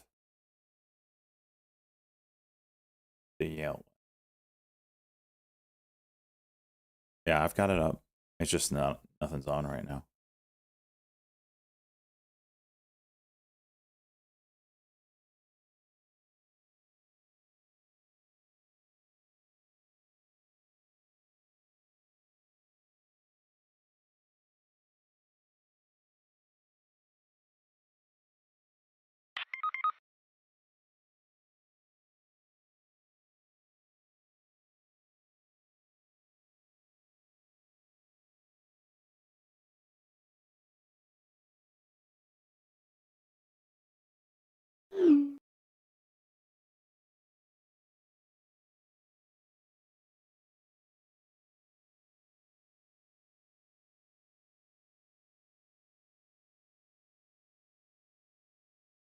Ticker TXRH, Tango X-ray Romeo Hotel. Notes Jim Cramer. All right. Circulations with this YouTube adding to one. his position. TXRH inactivity.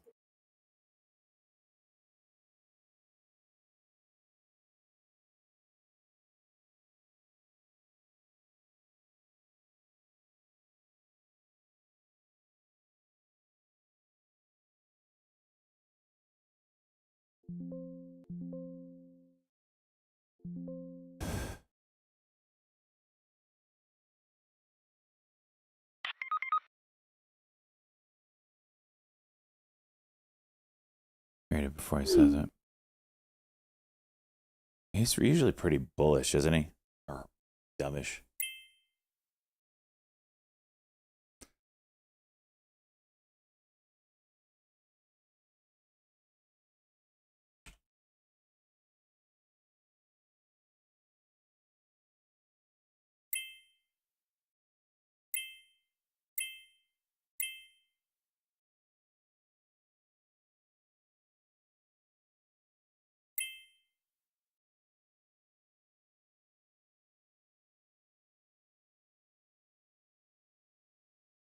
JTAI 15-minute curl playing out.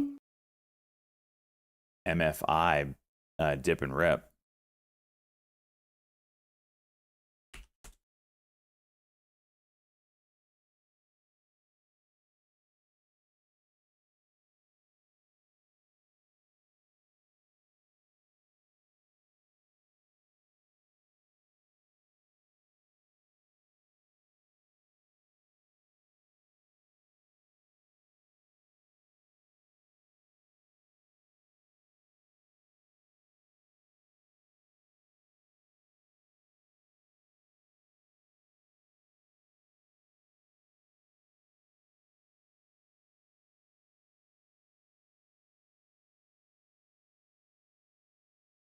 NVS Novartis shares dropping here.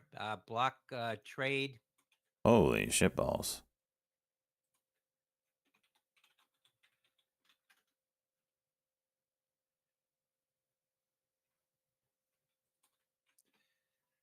Block trade Novartis holder.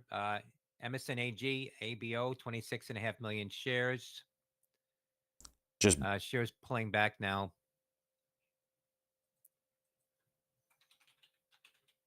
jeez.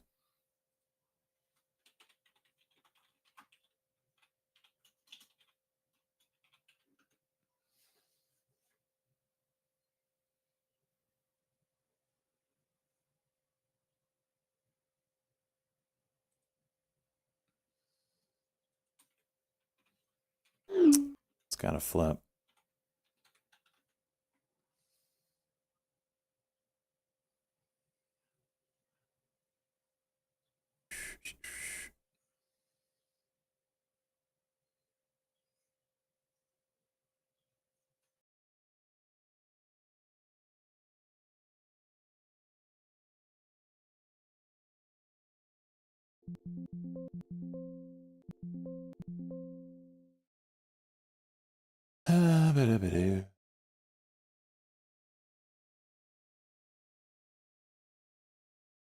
Note ticker ALUR Alpha Lima Uniform Romeo. Note CEO is tweeting, we have seen a big increase in the use of our AI platform to manage GLP-1 patients. Watch the ALUR on that.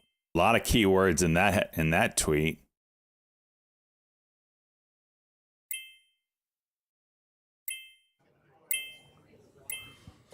Good morning. A lot of keywords in that one.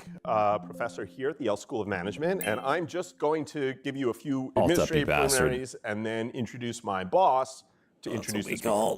So the first preliminary is we will do some Q&A after Vice Chair Barr's speech.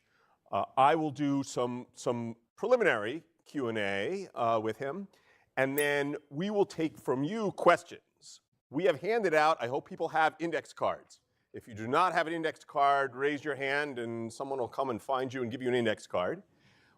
During the speech, if you have any questions, write them down on the index card. After the speech, we will collect them, and then we'll figure out which one of you actually has some good questions. and they'll be passed up to me, and then I will ask them. You can put your name on the card if you would like your name set out onto our live stream. If you do not want your name set out, you may leave it anonymous.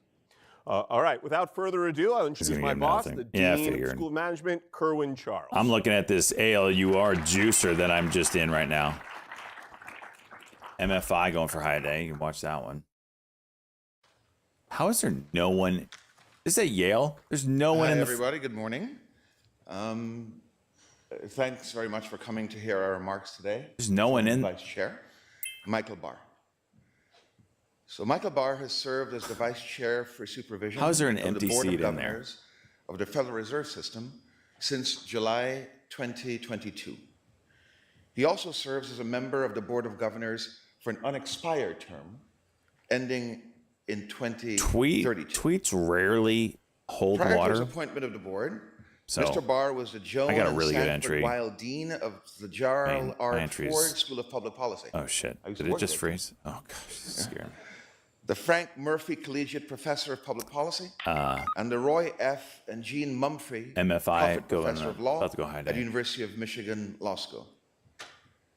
At Michigan, he founded and was faculty director of the Center on Finance, Law, and Policy.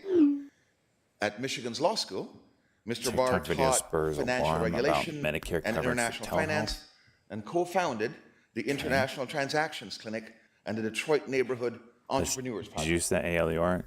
In the summary of Mr. Barr's Calm your achievements, tits. Calm your I note tits. that missing from it is the fact that during the years at Michigan, he also wrote tremendous papers. Okay. I Some can't with listen to my that former while I'm graduate in this. student Ben Keyes, if you're We'll come back to Barr in a second. We got a, 5-alarm juicer here potentially. Probably not. It's probably going to pull back. It was a pretty weak halt. Anyone want to share what it's showing?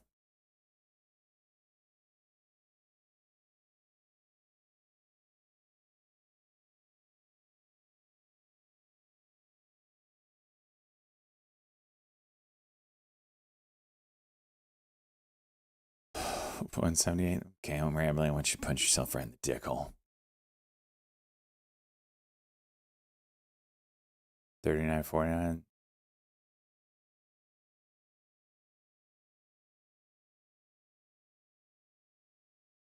When do we resume?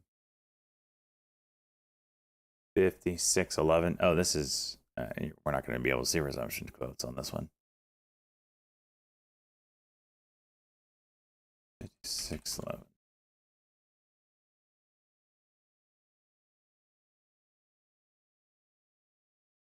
$179. Yeah, Tim, this must be I can't remember what exchange it is. I always forget. The NASDAQ. It doesn't show resumption quotes. DOMH $9 break coming here. Ascending triangle. Well, I should say ascending triangle coming here. If I wasn't already in one, I would be looking at this.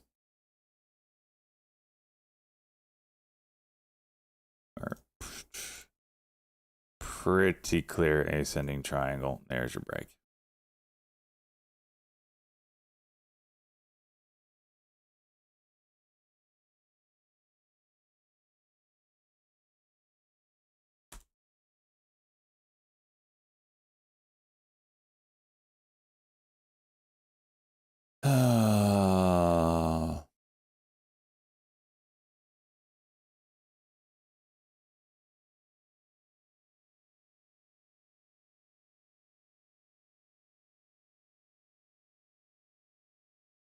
When I get big, the one that made fun of you the whole time. 56.11. Oh shit! Here we go.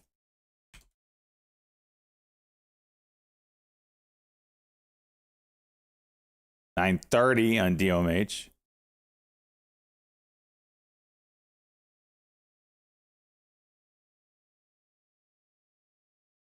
Is this a 10-minute halt?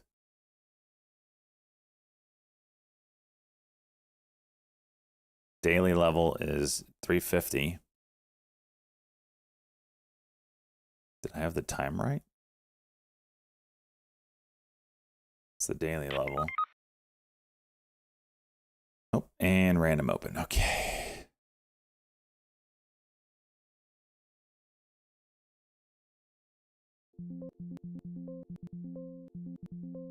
Oh, and now it's below my entry.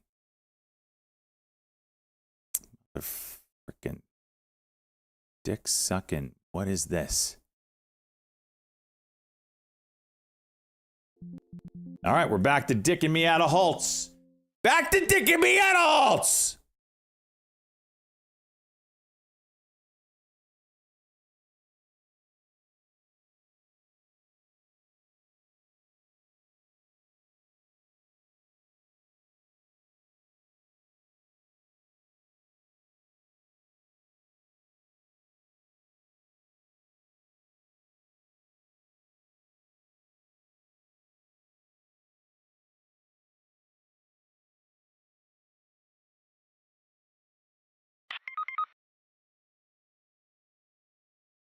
Yes, squeezy squeeze.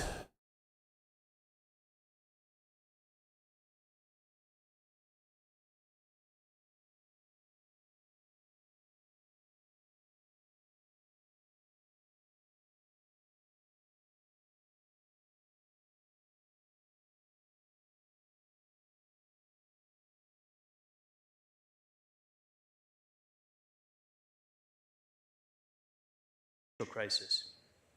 Given our student audience, I'll begin with a little background on how I got into the crisis management business.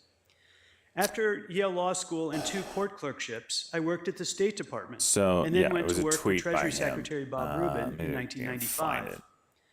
When I arrived, the Treasury Department had helped Mexico deal with a financial crisis that threatened to spread to the United Beta States. Chuck called it out. And additional crises were to come in 1997. Tweets rarely hold up. In Asia in 1998. But they are a lot of times good players. Together, these events credibly threatened a worldwide financial crisis, which was averted by a response across the U.S. government and coordinated with governments and lending institutions around the world. I left government for academia in 2001 and then returned to Treasury in 2009 under Secretary Tim Geithner in the midst of the global financial crisis. I worked to develop what became known as the Dodd-Frank Act. This law was a pivotal component of our response to the GFC by addressing gaps in financial market oversight, including through strengthened regulation and supervision of banks that increased the safeguards against excessive risk-taking that caused the crisis. I went back to academia again in 2011 and then returned to public service at the Federal Reserve Board's Vice Chair for Supervision in July 2022. In this position, I oversaw the response to the bank failures in March 2023 and have helped to develop ways to reduce these and other risks going forward. Let me review some of the facts of what happened in the March 2023 banking stress so you can understand the context for how we put crisis management principles and practices to work. SVB failed because of a textbook case of mismanagement of interest rate risk and liquidity risk.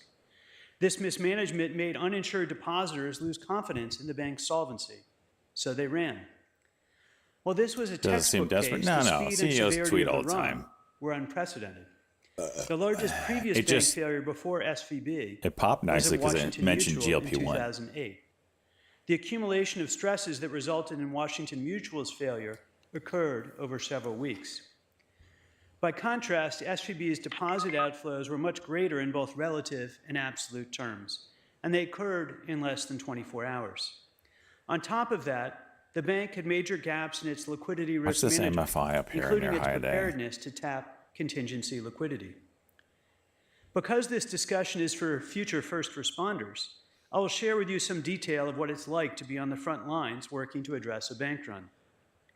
On the morning of Thursday, March 9th, 2023, SVB had only a little over $5 billion in collateral pledged to the discount window, as compared to over $150 billion in uninsured deposits. Around midday, the firm contacted the Federal Reserve, indicating that it wanted to take out a discount window loan against this collateral, and the loan was granted. But in the next several hours, its account was drained as its deposit outflow I'm used to it, spiraled. jeez. In the late afternoon, the firm see through the indicated it bullshit. would need additional liquidity to meet expected outflows. The Federal Reserve worked with the firm to help it identify additional assets it could pledge to the discount window, but SVB was unsuccessful in identifying and moving sufficient We have an collateral. IPO just opened. BMGL. Fed staff worked with the firm throughout the night to establish ad hoc collateral arrangements. Let's so take a that the firm could BMGL tap the Bravo discount Michael window Golf Lima. further No to meet IPO its for today is liquidity open. needs in the BMGL. morning. While this process was happening overnight, however, the volume of online deposit withdrawal requests was growing, I such like that that SVB 40K management expected 14K outflows seller of here. over $100 billion the Now a next hidden morning, seller at an 39. unprecedented Okay. sum. Even if the bank were able to pledge all collateral available that morning to the discount window, the firm would not have been able to meet its obligations. It was not viable. The state of California closed the bank and turned it over to the FDIC. SEIC for naming a new resolution. There it goes. Shit. CFO and SVB's COO. failure contributed to the strains at FDIC-supervised Signature San Diego, Bank, India, Charlie. and that bank failed in short order. As the situation intensified, the effect on businesses and households became increasingly apparent.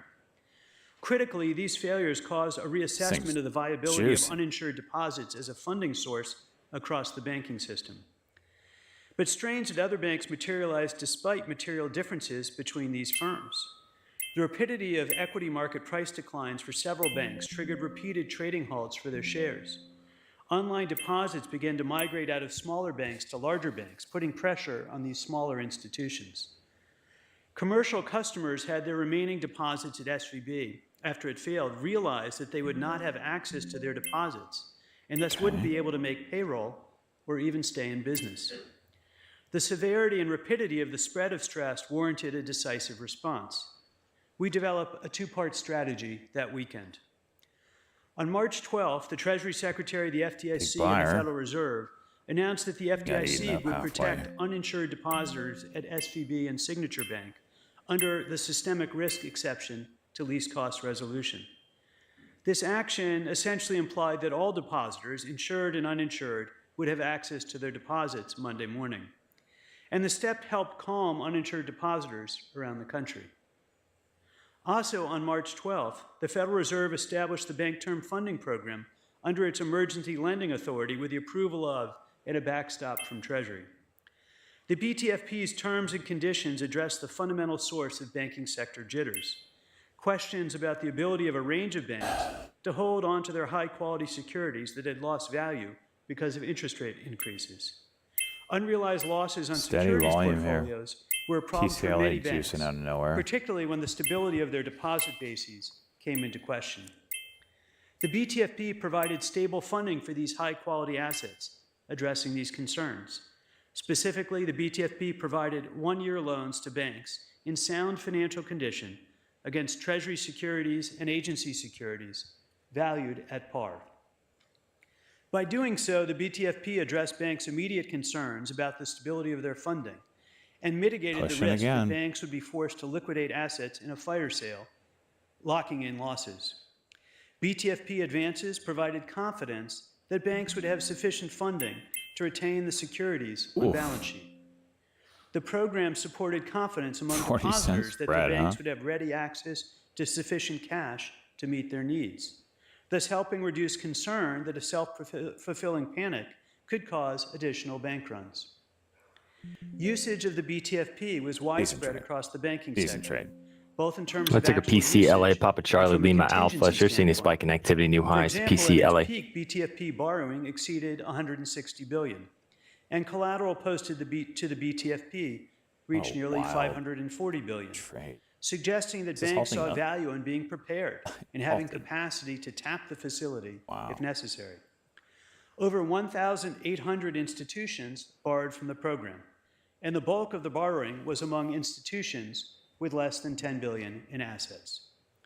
These smaller institutions took out 50% of loans by value and nearly 95% of loans by volume. Fed staff analysis showed the usage was more likely among institutions that had experienced deposit outflows, but usage was Yeah, also they've widespread been at firms decent that did recently. not experience outflows. The broad-based actual and contingent use was consistent with Federal Reserve communications that the program was part of prudent liquidity risk management, and that we encouraged all depository institutions to use the program. Now, just about 2 weeks before all remaining outstanding BTFP loans are set to mature, the program is down to less than $200 million, and the program has experienced no losses. Our response to the stress worked. After the announcement of the systemic risk exception and the BTFP in early March, signs of broad-based contagion subsided and the system stabilized. While in the first 2 weeks of March, mid-size and regional banks experienced significant outflows of deposits, the acute phase of outflows had eased by the end of the month. Stability among banks that had earlier come under pressure didn't mean that every bank found its footing, but the process of dealing with balance sheet gaps was much smoother and spillovers remained contained. By the fall of that year, deposit flows had fully stabilized and mid-size and regional banks saw deposit inflows on net.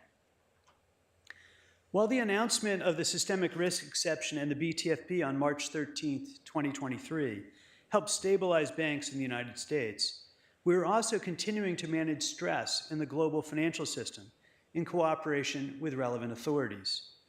Credit Suisse, a Swiss global systemically important banking organization, had been experiencing stress over several years before March 2023, with doubts about its future viability after the Archegos Capital Management and Greensill Capital scandals had tarnished its reputation and raised doubts about its business model. Stresses and outflows at Credit Suisse picked up in the fall of 2022, and we spent many months working with Swiss, European, and UK regulators on how to manage the growing issues, including wargaming potential resolution scenarios. Concerns about the firm's viability accelerated on March 9, 2023. Does that date sound familiar? When it was forced to announce that its internal controls over financial reporting were ineffective and had been for several years. Though Credit Suisse continued to operate, it became apparent that the firm was in trouble in the weeks following the failure of SVB and Signature Bank. Just 1 week after SVB for Credit Suisse to be acquired by UBS in a weekend deal that involved triggering Credit Suisse's contingent convertible capital instruments, a severe dilution of shareholders, and the removal of senior bank management, as well as emergency liquidity support and extraordinary loss sharing from the Swiss government. In a sense, Credit Suisse had failed very slowly over many months, even years, and then all at once. The combination of these events involved coordination across US and foreign jurisdictions, with careful monitoring and cooperation to identify risks to financial stability and to monitor spillovers to the US and European banking systems. Back in the United States, we worked with our domestic Shares of counterparts Novartis, NVS as a continued to handful pull of back now, additional banks remained under pressure in the months that 110.66 followed. up, Notably, for the day, FDIC but, supervised falling here, First following Republic that, Bank block trade was closed on reported. May 1st, 2023. Benedict Sandy. First Republic had also experienced tremendous stress in March as it suffered deposit outflows of nearly 20% in a single day. First Republic withstood these outflows in part because of significant discount window lending, as well as the extraordinary coordination among several other banks that placed significant deposits at the bank, worth $30 billion. But over time, it became clear that First Republic's rapid and large deposit outflows and unrealized losses on loans and securities would lead to its failure as well. While these were the events that got the headlines, the Federal Reserve continuously monitored other banks with potential balance sheet vulnerabilities, including those with gaps in interest rate and liquidity risk management, as well as significant exposure to office commercial real estate. We worked with these firms to ensure they addressed their vulnerabilities, while they bolster the liquidity positions to manage potential stress. For example, overall, from March 2023 to March 2024, banks of all sizes and condition, including many not under direct stress, pledged more than $1 trillion in additional collateral to the discount window. Banks and supervisors took a wide variety of steps to shore up resilience throughout the system. LVTX getting some volume here. Let me Lima now Victor turn Tango to X-ray, principles and practices $1.41, up for managing the 15% now. financial Lima sector Victor stresses Tango of the X-ray, kind I've talked LVTX. about. When a crisis hits, the stakes are high. In the GFC, millions of Americans lost their homes, their jobs, their dreams for their Which futures. headline? I don't know which when one you're talking about. savings for Earlier now, education and seeing it. retirement Evaluation of disappeared with the strategic collapse options, of that's asset prices. LVTX. The contraction in credit hurt small businesses and families all Now at across the country. $1.42, up When banks can't 51%. carry out Note their ticker role in supplying GROV credit to Golf those who Romeo need Oscar it, Victor. Note the that effects share are seen a bump in severe activity, new and highs, widespread. relatively light volume on that name. With with those notable price stakes action, in mind, GROV. here are 5 key principles that I've learned in my experiences managing financial crises. First, crisis response needs to be forceful. The factor that transforms a series of unfortunate events into a self-fulfilling crisis is the belief that there is no end in sight and no prospect of a sufficient response. While we could debate whether every aspect of the GFC response was necessary, one clear lesson from this experience I lost and internet from for other like crises 20 I've been seconds involved there, in or Hilo. witnessed, So I got is to how refresh important everything. it is that the response be forceful enough to convince market participants and the broader public that there is a capability and the will to overcome the crisis. A second principle, though, is that the response should be proportionate.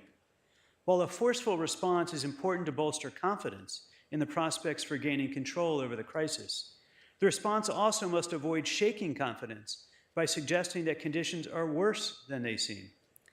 In a crisis, information is spread unevenly. A response that is out of proportion, for example, by touching And it looks like the aspects of vertical one's the financial only one system not active right considered now. endangered, I do can have be fiber. misinterpreted as There's a lot of providing vital road work going on in my information about the neighborhood right extent now, of vulnerabilities. like replacing culverts and everything A from the third key hurricane. component of crisis management And is the one need to area engage in is decision really particular. to engage in decision And making was amid significant worried that they uncertainty. might snap fiber. I explained how the response Ah. needs to be both forceful and proportionate. I don't know how they're Finding not, this honestly. balance requires So making I thought tough that might have been judgments what just happened, amid but rapidly evolving we're back conditions. up and running. So Crisis We'll see. managers need to make consequential decisions quickly, with the recognition that their understanding of the facts is incomplete. Even the best of efforts to understand what I is gotta happening and redo what is the- needed will be unsatisfactory in the moment. Decision making under these conditions takes some courage. It also takes is humility, he saying anything the worthwhile ability right to now? listen to others around you, So the gather vertical different stream's up perspectives, running, but the other one is and not. weigh the imperfect All right. information, response and externally to the public. And these communications need to be consistent with each other and with the values of the All right, institute we're of out the of here in particular just a audience. second. Clear internal communication provides direction to the crisis response teams All right, it's and back up and facilitates coordination across relevant public think. sector actors.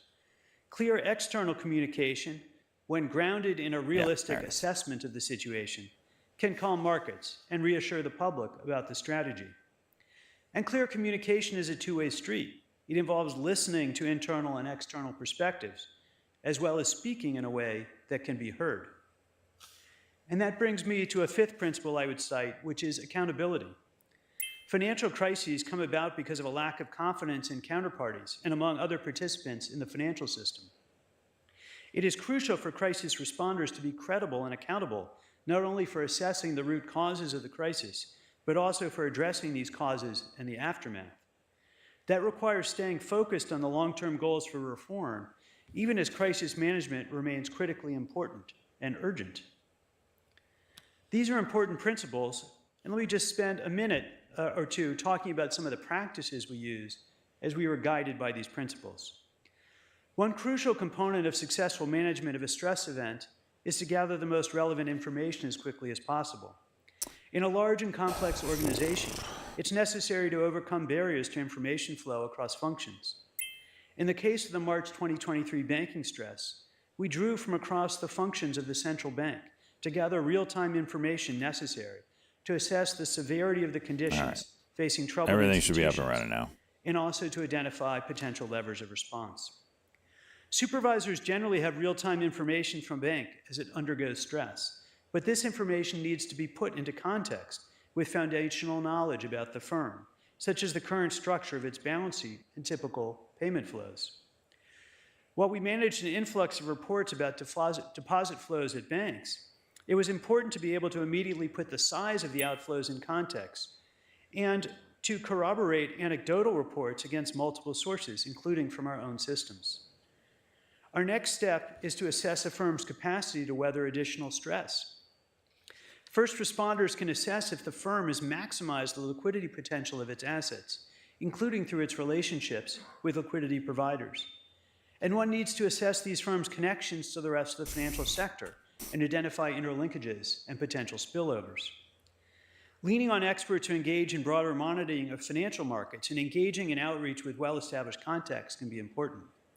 A team of staff who have the capacity to think broadly across the institution and to draw on the partnerships they have built with a range of business lines is necessary to support the kind of information gathering and strategizing that are crucial for consequential decisions. This is why an institutional culture that supports curiosity and an openness to ideas and inquiry from its most junior to the most senior staff is foundational. LVTX. Earlier, I lava mentioned the principle of needing to be accountable to the Therapeutics, public about the continuing sources of higher the now. crisis and to address the underlying vulnerabilities that led to it. On March 13th, 2023, in consultation with Chair Powell, I requested a review of the failure of SVB. Self-evaluation is the first step in any sound risk management framework. Experienced career staff from across the Federal Reserve System, who are not involved in SVB's supervision, reviewed the reason for the bank's failure. The review helped to identify where the supervisory and regulatory functions of the Federal Reserve could be improved. Additional reviews by external independent parties, which we welcomed, reached similar conclusions. He's got More worry on broadly, his face. Carefully considering the underlying vulnerabilities that contributed to the stress, Talking helped about the that. Fed develop proposals for how the supervisory and regulatory The Times framework could be link. improved. shares of United Health off the lows No now, leader looks $454, forward to down about, managing through a crisis. 0.6%. But Yeah. those who The hope Wall to be Street good Journal reported leaders earlier. need to be good BMGL crisis back Senator to managers. Grassley highs. launching an inquiry These are into the skills that are most company's, effectively developed through hard Medicare billing experience. practices. But we can also learn from BMGL. those who have Try gone that. through the experiences. In my case, the lessons of dealing with financial crises as a government official have revealed to me some basic principles that I hope that can be useful to all of you as future crisis managers. I've also learned that the best crisis management Defense occurs money. beforehand Lots, 2.5%. by strengthening the Fight rules Putin. and norms and other structures meant to reduce the risk of a crisis in the first place, and by fostering organizational values All right, do and I a need to culture put this that will up here? help manage a crisis when it comes. Thank you very much. So subject to economic and fiscal conditions, we will also set out a clear ambition for defence spending to rise to 3% of GDP in the next Parliament. Clearly, this is the first and foremost a security imperative. But I also believe that it's a tremendous opportunity. We can use this investment to rebuild Britain's industrial base. The first test of defence policy is always whether it keeps our country safe. Is deep The cheese my second brother? should be whether it improves the condition. I don't even know what deep cheese is. Does it He help could provide be Aladdin security in for disguise. working Has anyone ever seen Aladdin and deep ultimately, cheese in the same room? That is No. fundamental to national security as well. So For all we know, he's we'll the make sure this he's the investment guy in the advances ice cream truck saying, "Come on over here, little kid. I British got a growth, lollipop for you. British Come on skills, inside." and British innovation. And you never see that kid And we should again, be optimistic do you? about the change that it No will idea what deep cheese is. He's a mystery. He's a myth. It's Nonetheless, mist. in the short term, Kind of see him, but this you feel him more than investment can only anything. be funded through hard choices. And so today I've decided that we will fund the initial increase in defence spending With by Bitcoin. cutting our spending on overseas development, moving from 0.5% of GNI to 0.3%. I want to be clear. That is not an announcement that I'm happy to make. I'm proud of Britain's pioneering record on overseas development. And we will continue to play a key humanitarian Not ticker Zillow. Shares I seen a bump in activity at like Sudan, Ukraine, Robinhood CEO Gaza. In terms noted of as forecasting Robinhood as a place for buying and selling real estate. on global The health possible agenda, negative catalyst. like vaccination. Really? And we will do everything to move towards a world where we can So rebuild Britain's now undeveloped cutting foreign aid. Is that what they're saying here? However, the realities of our dangerous new He is walkie-talkie. Yes. mean that the defence and national security He of our does. country must always come first. Cheese is a very And good it's what I trader. campaigned on in the general election. It is what we are delivering today. A new approach on defence, a revival of our industrial base, a deepening of our alliances, the instruments of our national power brought together, creating opportunity, assuring our Sorry. allies, delivering security for our country. At moments like this. So what are they pulling out of? Britain has stood up to be counted.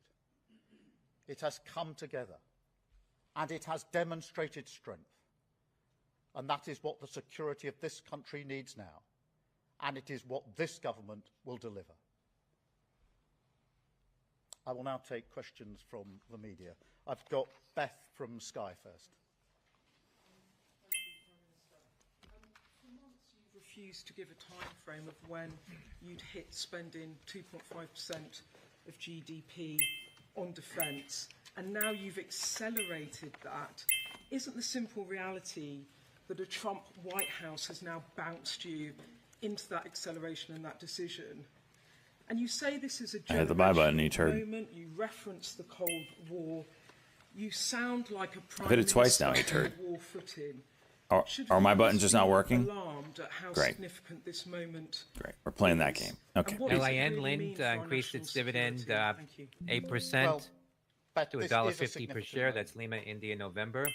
And that is why we've got to rise this generational. It is a moment where we have to fight for peace through the action that we take. And in relation to your question about the timing, I think in our heart Locked back of in at hearts, 4,000 shares. we've all known that this decision has been coming for 3 years, since the beginning of the conflict in Ukraine. The last few weeks have accelerated my thinking on when we needed to make this announcement. And I'll be very clear about that, because it is absolutely clear to me now that the decision that, as it were, started life 3 years ago needs to be taken now to rise to the challenge that we have to face. The conflict in Ukraine is about the sovereignty of Ukraine, but it's also about security and defence in Europe and our security. E-Trade. And the first duty of government is to ensure that its citizens are secure, and that is why I'm taking that as a matter of duty and responsibility today. Thank you, Beth. Can I go to Carl, ITV? Thank you, Prime Minister. I mean, the Russians have been in Ukraine for 3 years now. What has changed is the response from the White House. You wouldn't be making this announcement today if you weren't going to see Donald Trump on Thursday, would you? Ooh. And could I also ask, is he the reason why you've decided to take the money for defence from the aid budget? Well, on the timing, I do think that this is a decision that's 3 years in the making. I do think that we've known that this decision Basically calling him a bitch. taken. Of course, the discussions about talks between the parties, a possible peace, what that might mean for European security, the role the UK would have to play in that, has brought our response into sharp focus. I have made a commitment for the safety and security of our country that we will play our full part in any security guarantees if we get that far. And that includes a commitment, if necessary, BMGL. We'll watch that one out of the hole. on the ground, subject to a US backstop.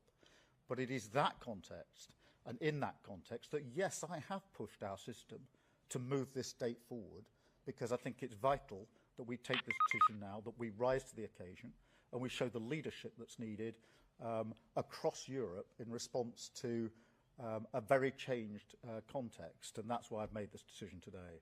Thank you. Chris Mason. Thank you, Prime Minister. Chris Mason, BBC News. Picking up on Carl and Beth's question, what do you say to those people who might think that Donald Trump is now effectively setting UK government policy? And have you done an assessment on the impact of the cutting of the aid budget? Thank you. I've been arguing for some time in most of the meetings I've been to since I've been Prime Minister for 7 or 8 months now, that European countries, including the United Kingdom, needed to do more for our own collective self-defence and security. So that is not a new argument. Yes, it's true President Trump thinks we should do more, and I agree with him. It chimes with my thinking on this. And by more, I mean more capability, I mean more coordination, and I need more spending. And we have to learn the lessons of the conflict, particularly when it comes to capability and coordination. The war being fought in Ukraine, I felt this very strongly when I was there a few weeks ago, is being fought now in a very different way to the way it was being fought just 3 years ago. We're seeing firsthand what conflict looks like in Europe in 2025. We have to respond to that for the safety and security of our country. So this is very much my decision based on my assessment of the circumstances that we face as a country. And it is taken first and foremost to ensure that the United Kingdom and its citizens are safe and secure. That is the first duty that I have as Prime Minister. It is my duty, my responsibility, and that is why I have taken this decision today. Thank you. Chris Hope. Chris. Prime Minister Christopher Hope from GB News. In July, Reform UK fought the election on a policy to increase defence spending to 2.5% of GDP by 2027 and 3% of GDP after 2030, funded by a £6 billion saving in the aid budget. You said you'll do similar. You'll increase defence spending to 2.5% by 2027, 3% after 2030, funded by a £6 billion cut in the aid budget. Are you Nigel Farage in disguise? Nigel Farage didn't even turn up to the debate in Parliament today. Nigel Farage is fawning over Putin. That's not patriotism. That is not what working people need. What I've done is take the duty of Prime Minister seriously, which is to ensure that our citizens are safe. Gap down, huh? And this decision is made to ensure that they are safe and secure. It is a decision intended to ensure that we fight for the peace that we've enjoyed for the last 80 years, so that for generations to come, they can enjoy the freedoms that we have enjoyed. So I've taken this with only one thing in mind, and that is the citizens of this country, for whom I am responsible. Thank you, Chris. Theo, come on, fill the gap. Fill the gap and pop it. Theo Ashwood, Times Radio. Are you concerned, Prime Minister, come the spending review in the spring, later in the spring, that you've taken this tough decision when it comes to defence spending, but you're also going to have to take tough decisions when it potentially comes to tax rises, spending cuts across Whitehall, and that your own MPs and your own voters are going to turn to you and say, well, hang on a moment, you can find the money for defence. Why can't you find the money for the things that we're really worried about? Look, I have taken tough decisions. We took tough decisions in the budget. We took decisions I didn't want to take in terms of national insurance, winter fuel allowance. But we took those tough decisions as a political choice, so we could put the money into the NHS and deliver the reduction, for example, that we've seen in waiting lists. Comes back up through 510. I'll go along again. But you can't argue no tax rises, no winter fuel changes. But please, can we have the money for the NHS as well? It's one or the other. So we've taken that choice. And we will have to make other choices. I've taken a difficult choice today because I believe in overseas development. And I know the impact of the decision that I've had to take today. And I do not has room to 10. I do not want to take it. But the choice I've we'll see where it has room to. I don't know how you get that. The way that I believe we have to, which underpins the decision I've made. Then it is important that on the same day that I set out the extra spending, I set out pounds and pence precisely how we're going to fund it. What you saw from the last government going into the election was a plan to increase defence spending by 2030 that was full of holes, that didn't have credibility, that when probed had nothing material there. This is too serious for that kind of politics. This is about a credible plan put forward to ensure the security and defence of our country and of Europe. And that's why I've taken the difficult decision today to do a switch spend from development aid into defence, not a decision that I, as a British Labour Prime Minister, would have wanted to take, but a decision that I must take in order to secure for crying out loud security and defence. This spreads. Jason from the Mail. Thanks, PM. 30 cents. What are we doing here? We've had him calling Zelensky a dictator, suggesting he could be cut out of talks about the future of his own country.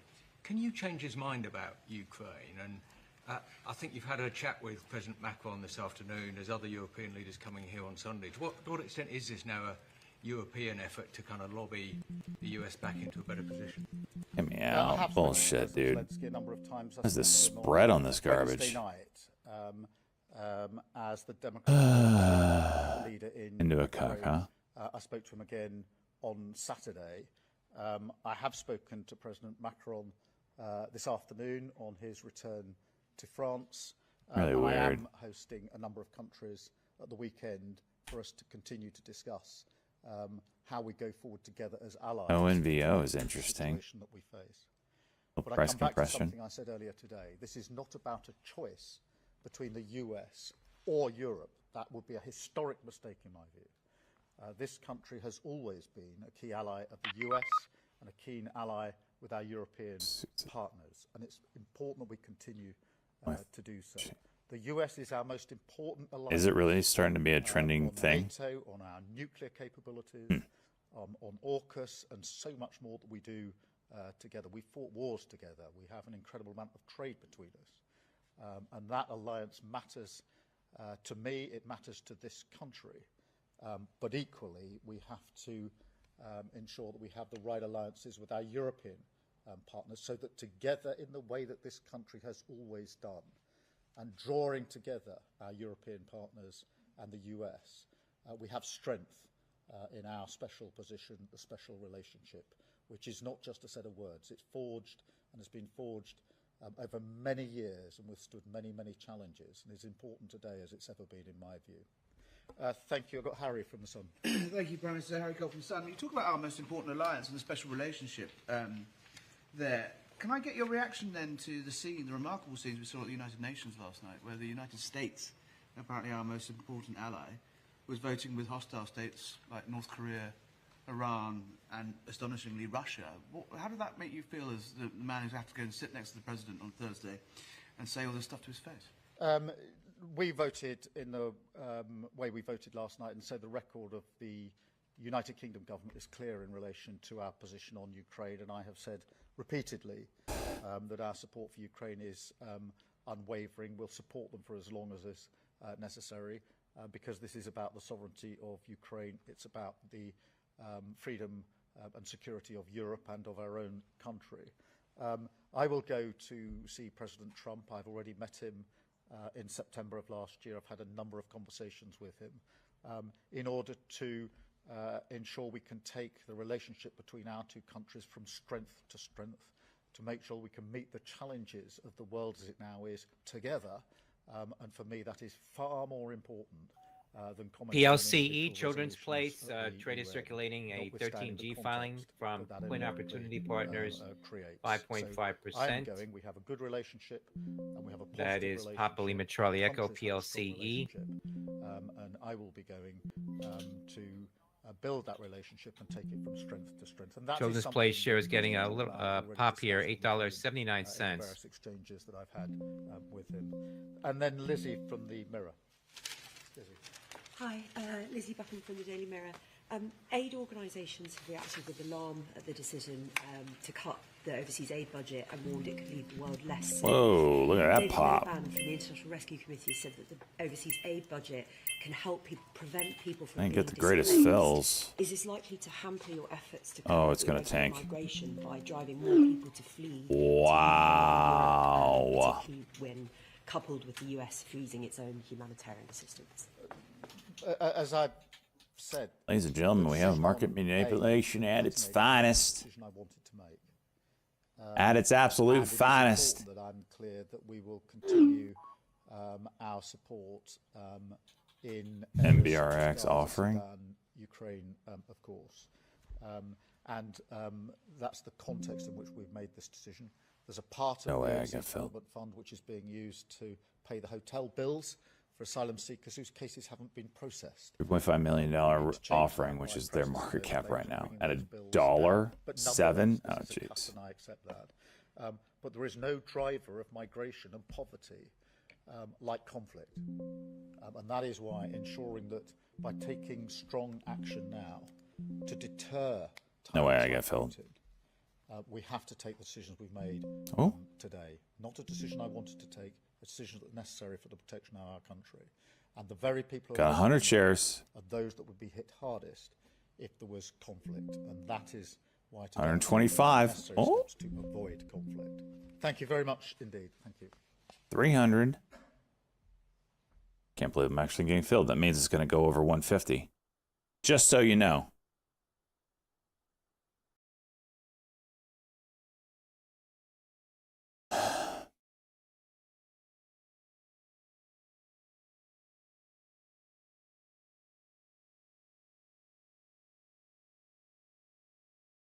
Sure I'm reading this right.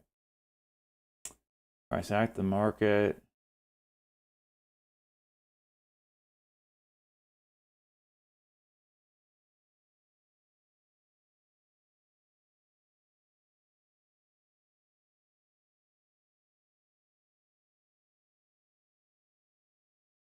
Purchase agreement. Additional investor for the purchase of 3 million shares. Up to 6 million.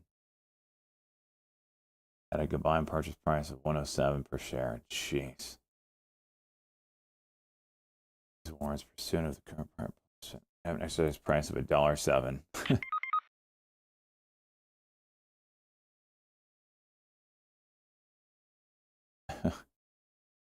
Okay.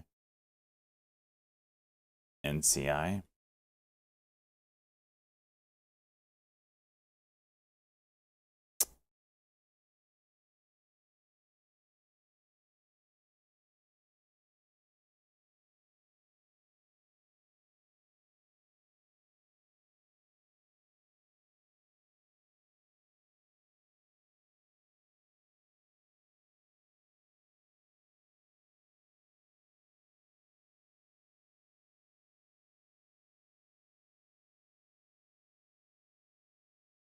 All this thing is doing is bouncing.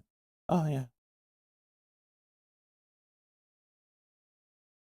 MBRX coming back up. Go ahead. Go break 150. Because that'll make sense. Deal. Reno coming back up to some levels.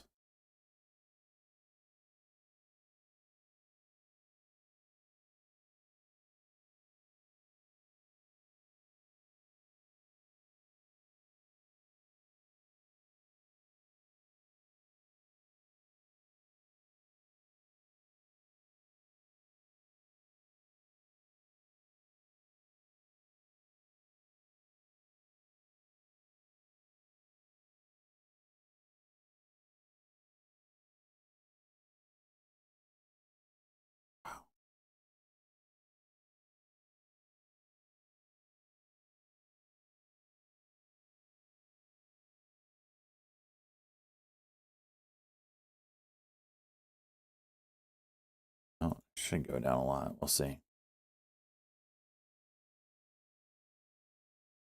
Look how tight this JDZG is.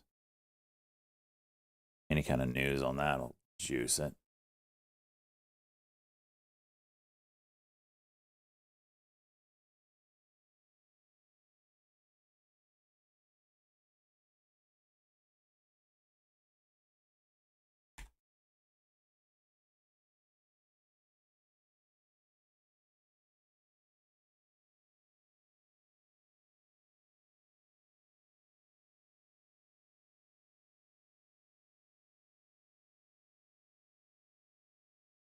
Burrito high day. Just looked at that.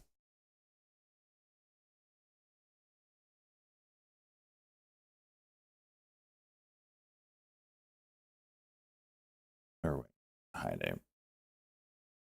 SP.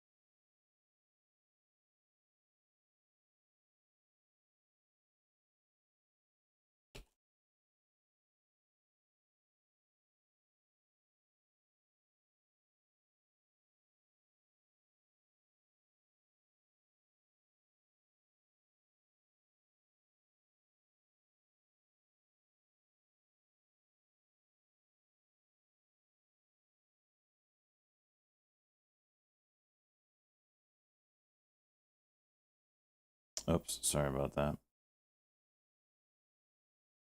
There you go.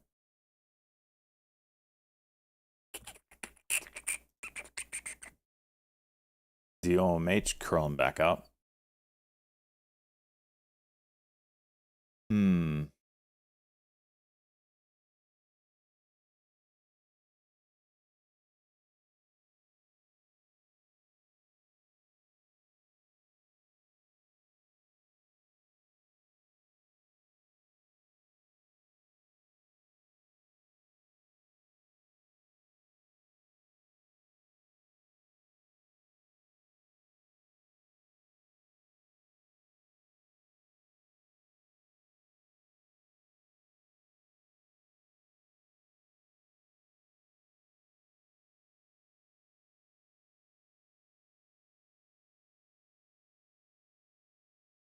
It's nasty.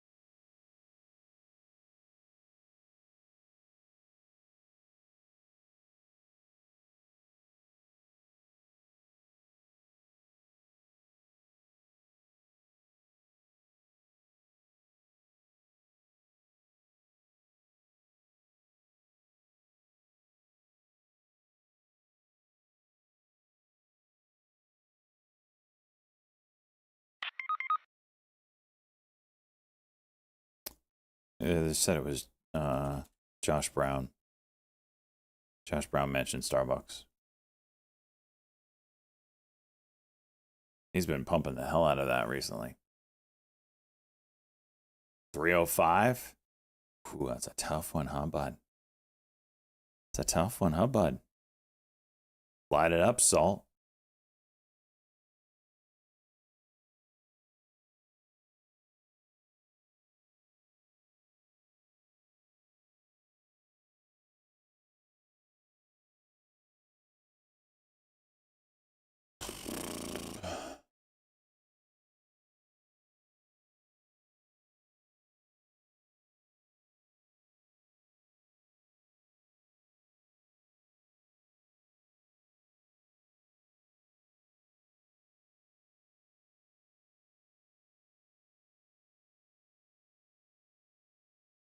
Things got really slow.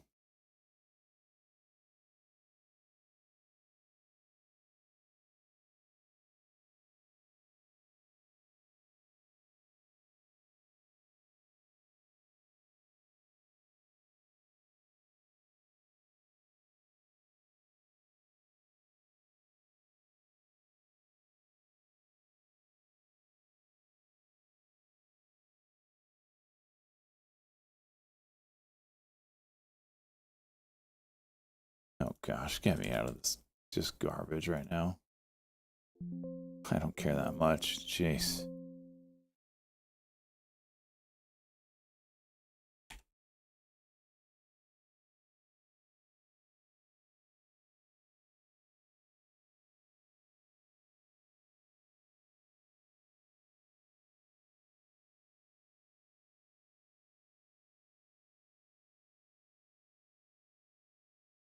It's a tough one to label here.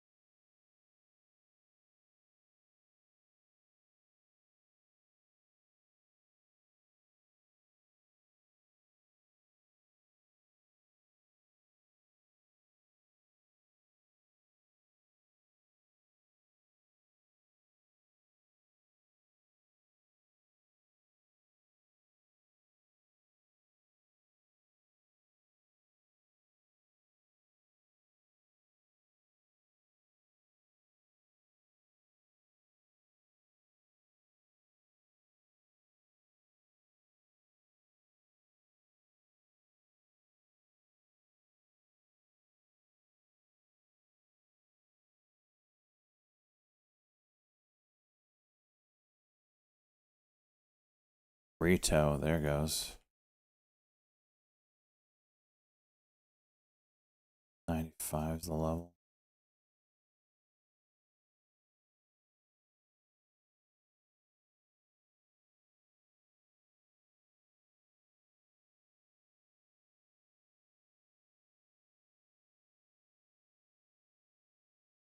Predictions up. Get it going. Does Tesla close over or under 305? Let's go.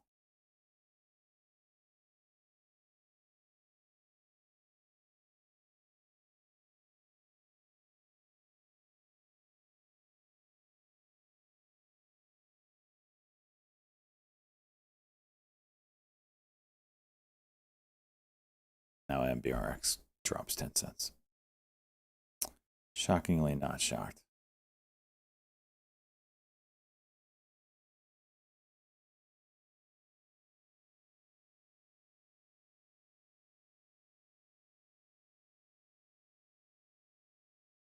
This is halting.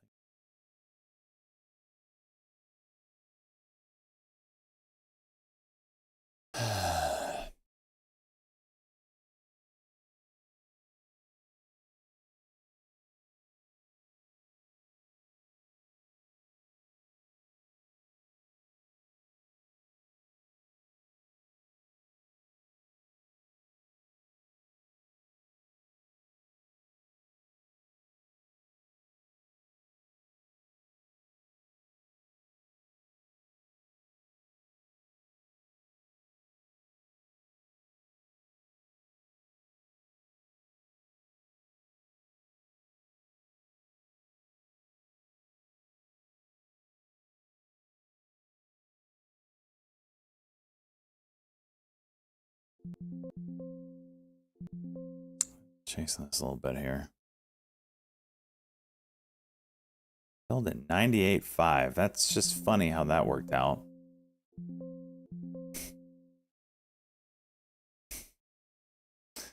Freaking thieves, man.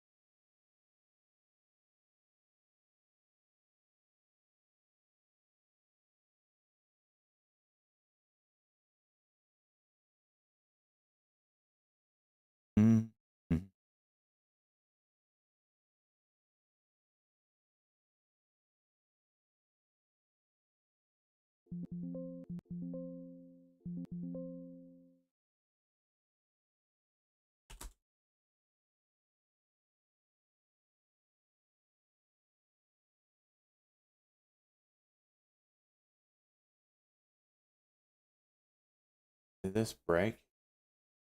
It did do a 1 minute cock. Failed. Should get out.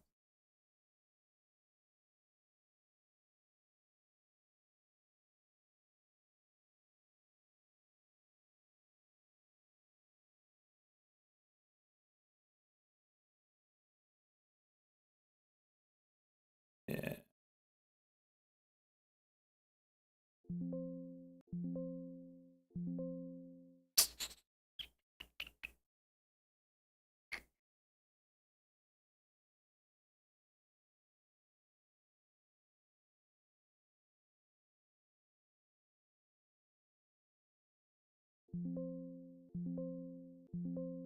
That's me, no doubt. I don't even have to look at my positions. I know I just feel, yep. It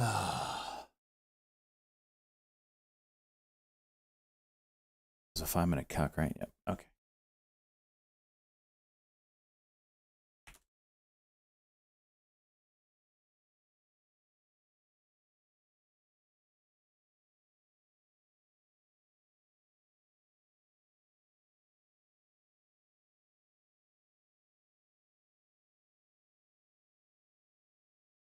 Blazing, that's a good strat, bro.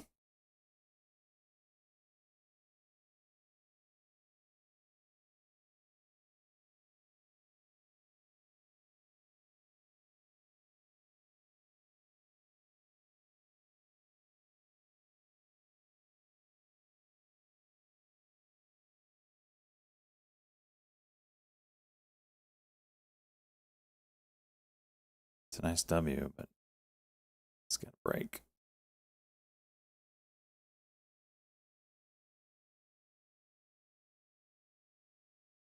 Retail coming back up.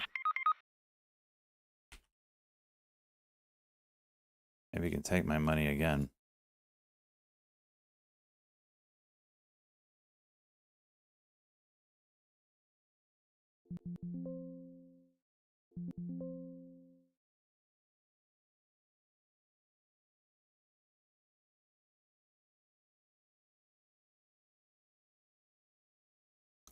Wow, couldn't break it.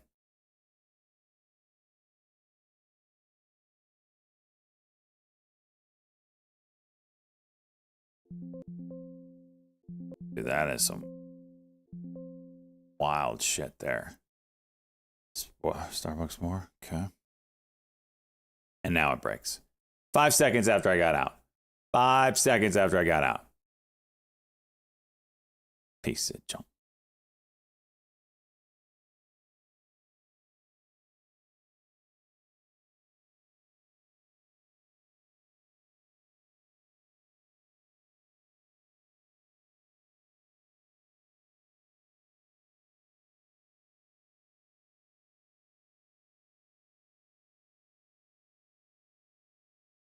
Do you ever just choke the chicken and bust a nut after a fat loss? Keith, why wait? Why wait for a fat loss?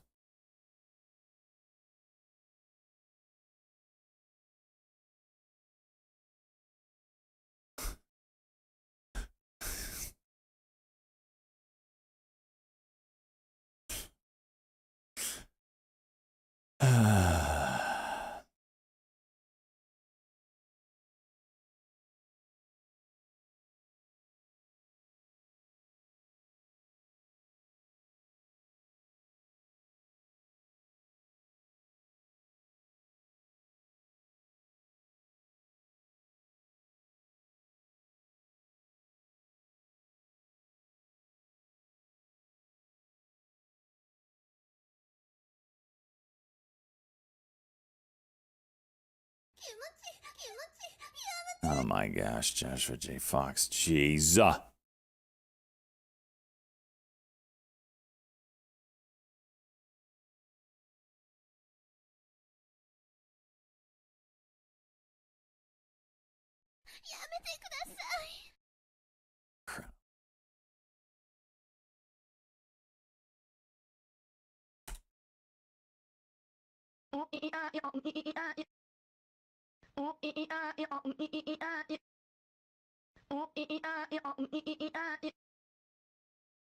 The hell is that?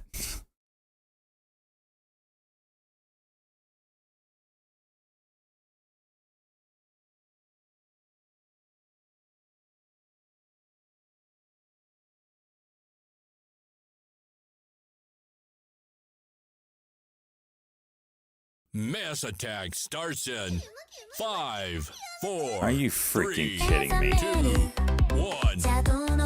Mass attack. Come on! Come on, bring it on! Give me the goods! Give me the goods! You want it all over my face? Oh, yes, come on. For those that don't know, you have 2 minutes to throw anything you want at the screen at me for free. So just start going down in the About section and find the little viewer reward thingy thing, viewer attack. Just start tossing fat, humongous sumo wrestlers at my beautiful face. Or bras, or poop, or whatever suits your fancy. You get 2 minutes. So make it worthwhile. You understand what I'm saying? I want lots and lots of big stuff on my face. Lots of it. I'm in a trade right now. I think it's juicing, and I don't care. Oh yeah. Oh yeah.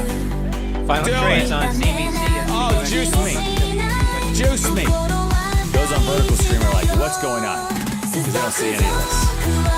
Probably remedy that in the near future. But that's a different... Yeah. Give it to me. You got about 35 seconds or so. Make it worth your while. Come on. Come on. Make it worth your while. Come on, big boy. You can do better. You can do better. You can do way better. Come on. Choose me!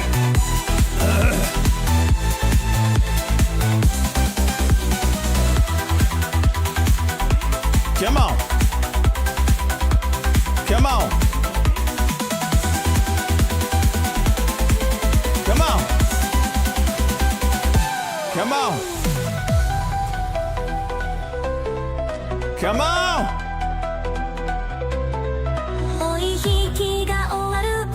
This again for you.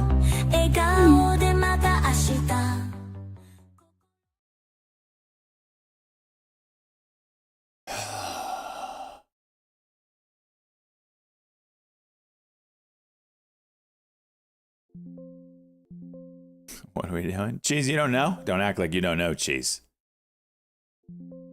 You might refer to it as Friday evening.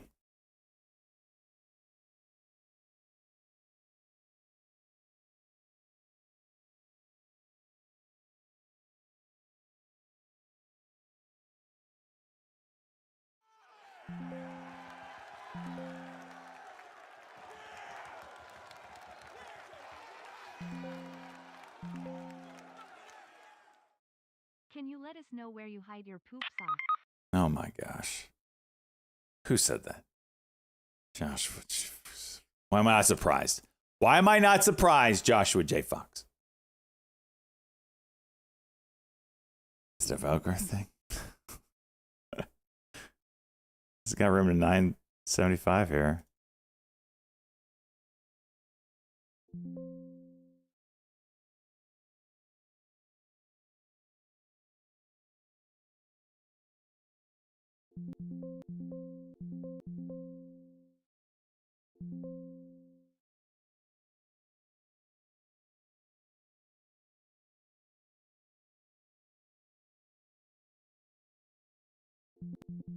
All right.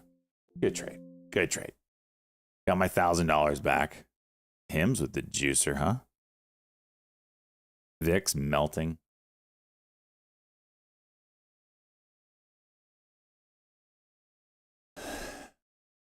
Poop sock.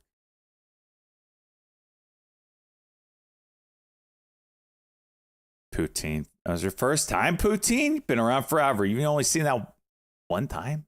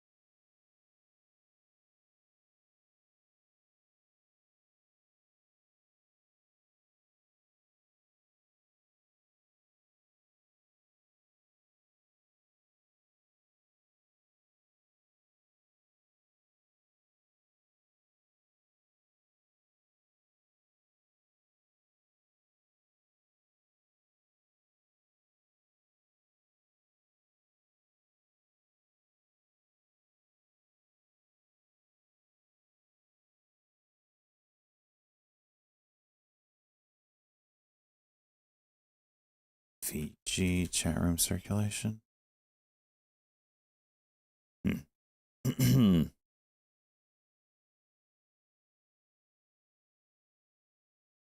It's really nothing moving. Waifu, what a piece of junk. Jeez, get out of here.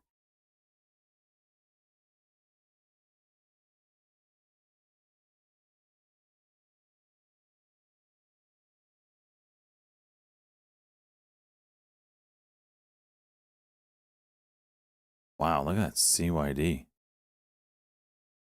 Jeez.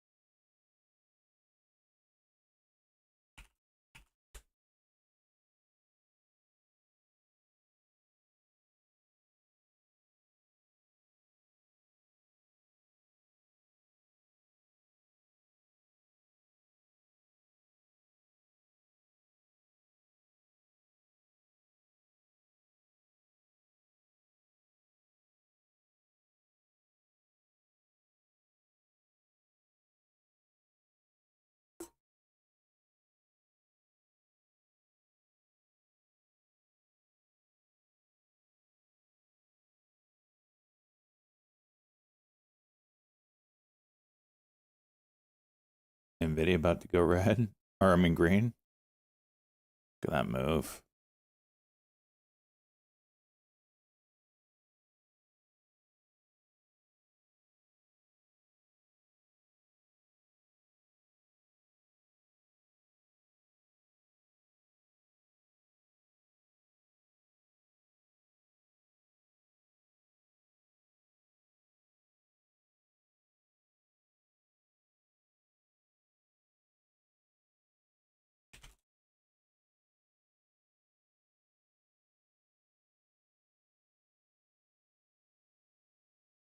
DOMH back up. Holy jeez.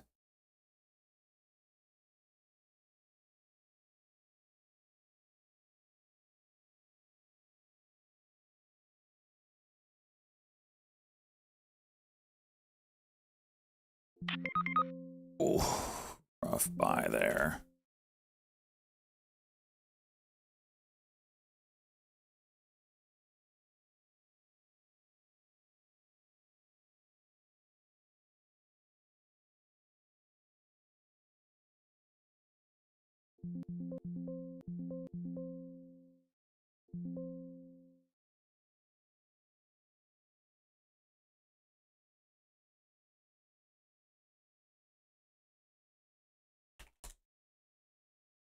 Damn.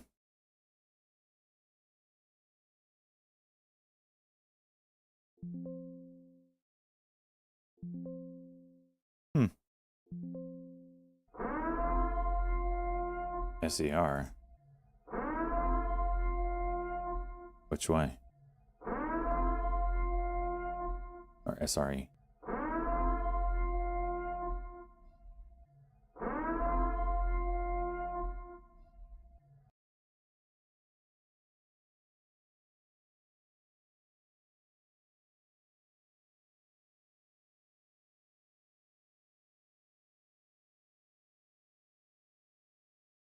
Selling chunks. I might come back to that.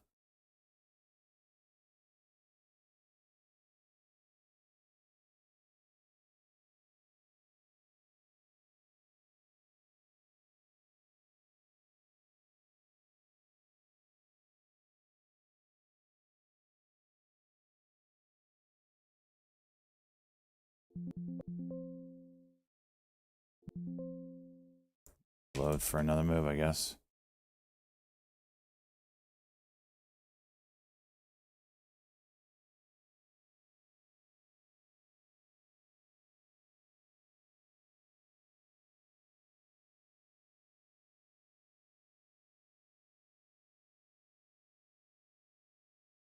Burrito 110 now. Damn. Watch the daily level now. I think it was around 130, 123. That's getting close.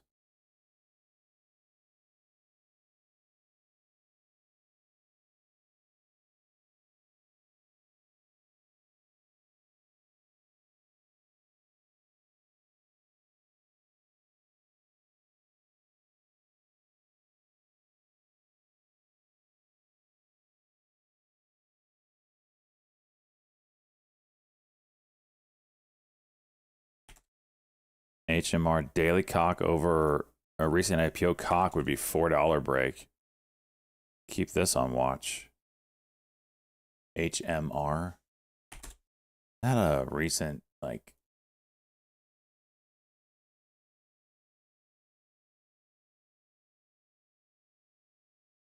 name changer or something.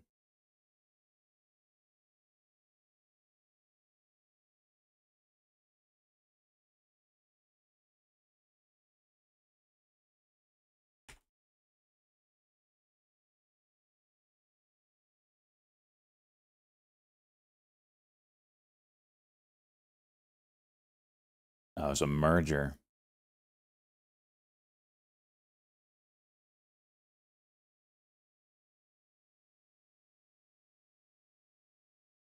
Rito in that 120. That's gonna get wild over that 123. And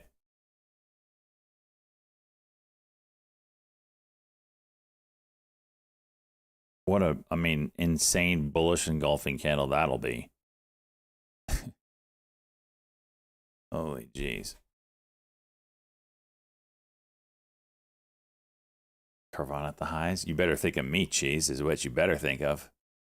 DOMH 1 minute.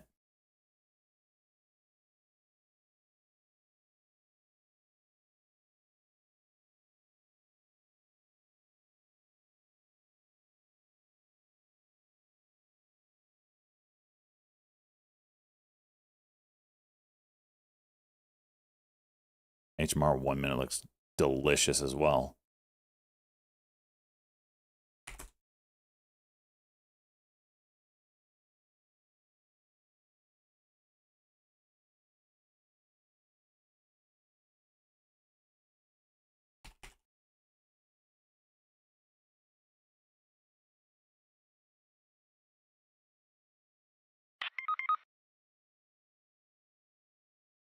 Another near miss. Are you freaking kidding me?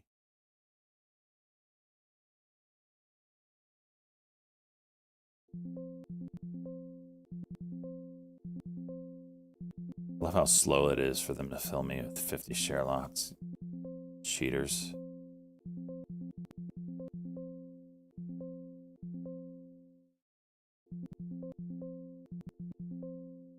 Get me out. All right.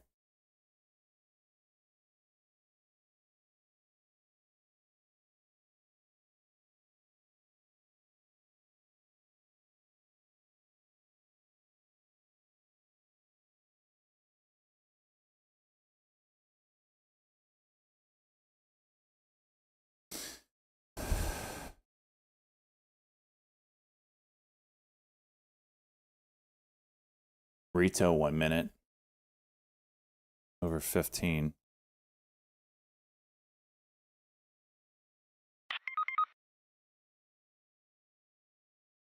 LEV.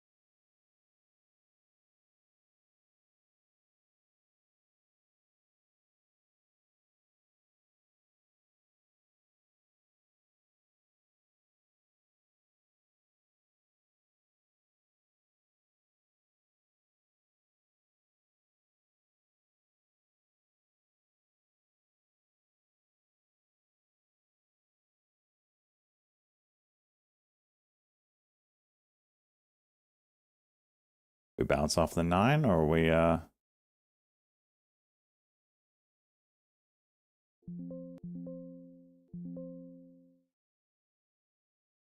which way that's gonna go here?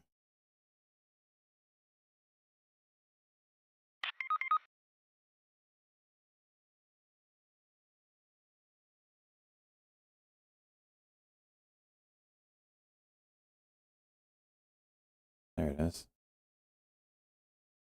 There it is. Give it the juice. Look at that volume. Give it the juice.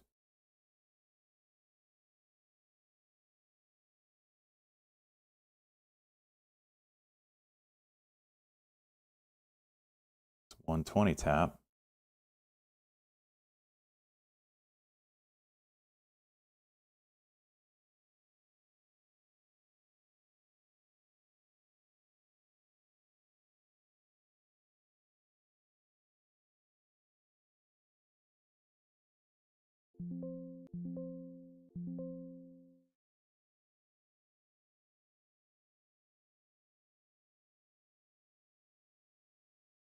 One penny away. Someone do a 1,000,000 share market order, please. Someone get on that. Hold 120 and then freaking juice right through this 127. That's what we want. No, no, no.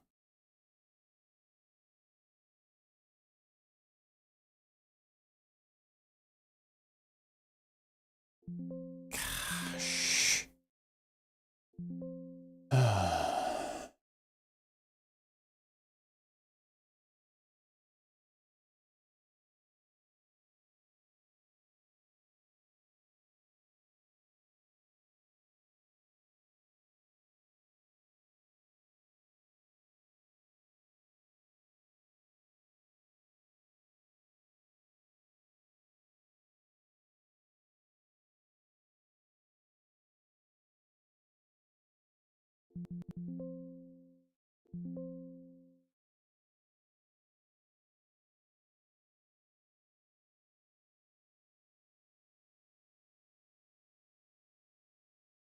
Damn.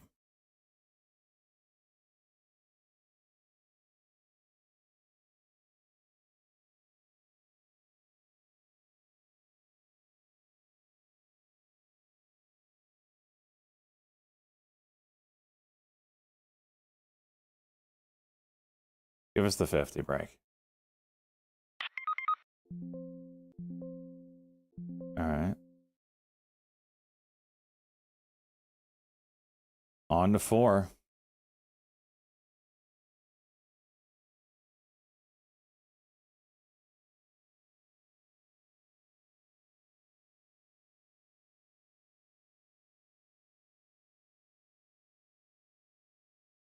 First of 2025. Potentially, right?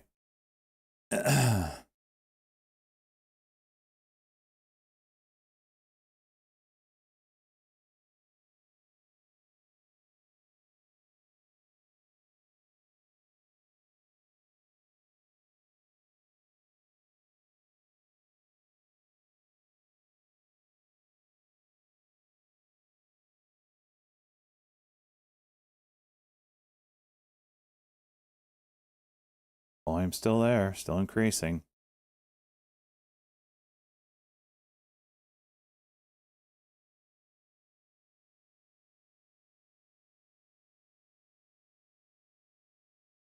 Bids keep walking up.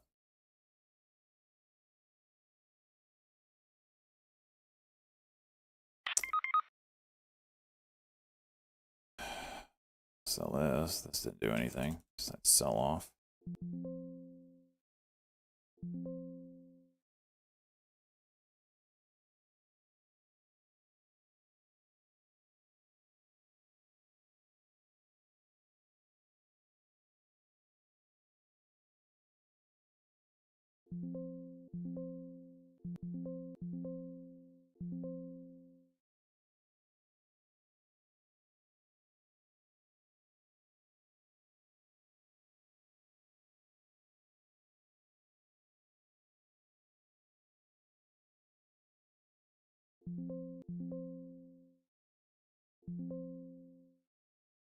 High day. South Telegraph. Jeez, how are you not trading this shitter? This is beautiful. Trump by offering surprise win-win mineral deal to Ukraine.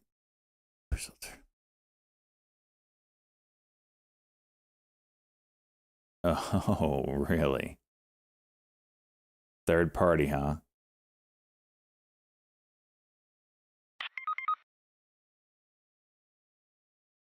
Yeah, huge bag.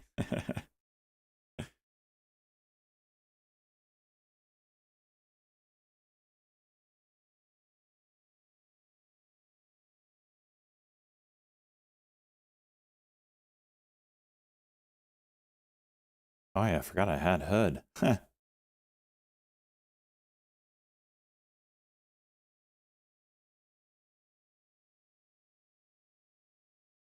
And 25-cent drop. Sweet.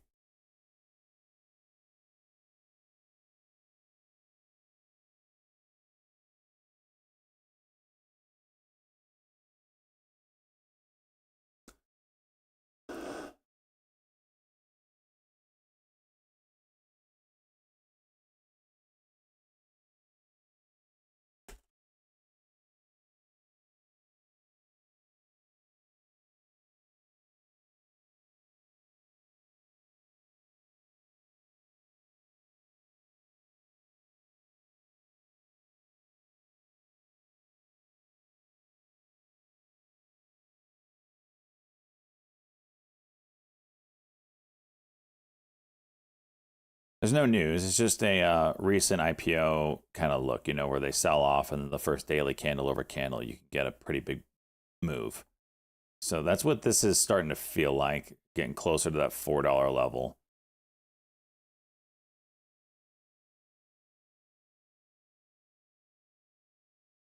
Volume's increasing as we get closer to that.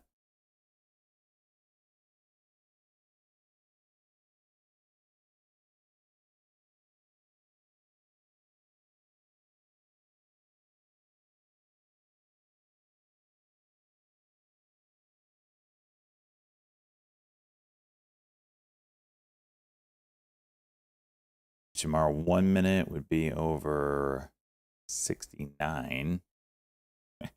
That buy right there.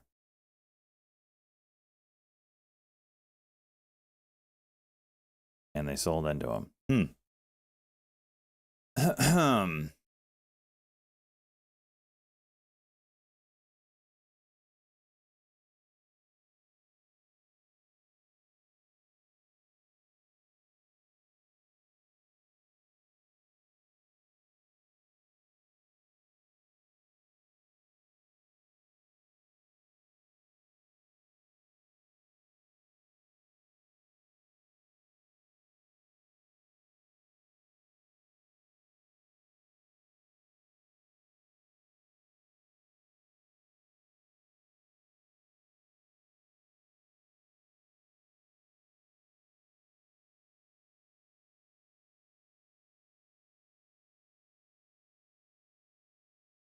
$350 flush. Do we regain?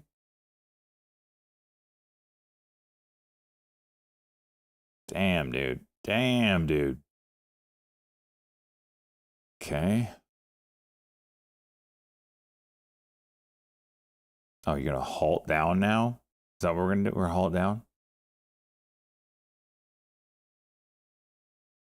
Fantastic. It's not terrible. I mean, we got the 315 level down here that we should bounce off. Let's see. Nick pot short. He means Hims potential short. So what Nick saw on that Hims is he saw the 5-minute cuck, the 5-minute go, and it failed. So this didn't do anything. I mean, it did. It went up, but it came right back down. So potential short would be right here.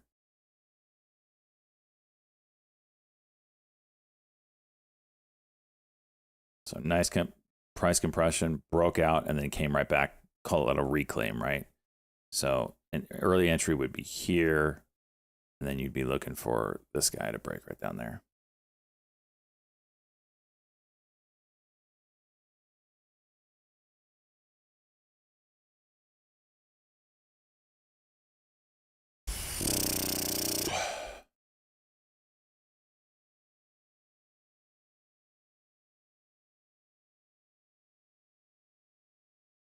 STEC. Wasn't this the runner yesterday? Okay.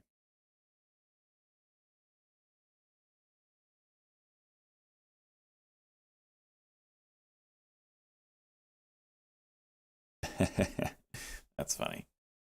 HMR open and flat. All right. SEC drops his investigation into DeFi firm Uniswap. Okay. Next up, XRP. Drop that one.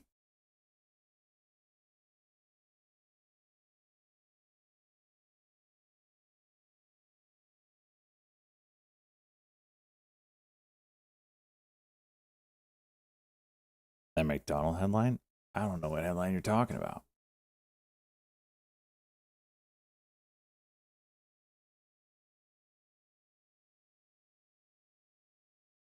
Dude, McDonald's is $300.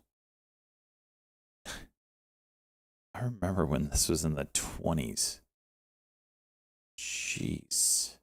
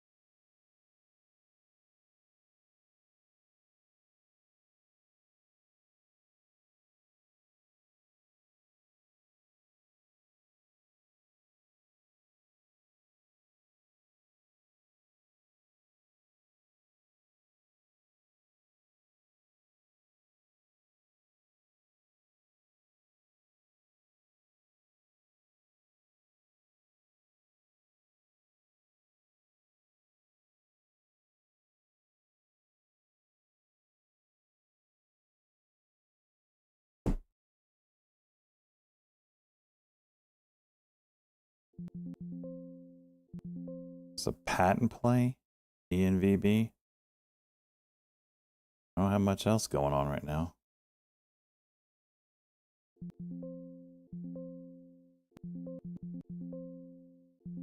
I don't know. Made a little bit on it.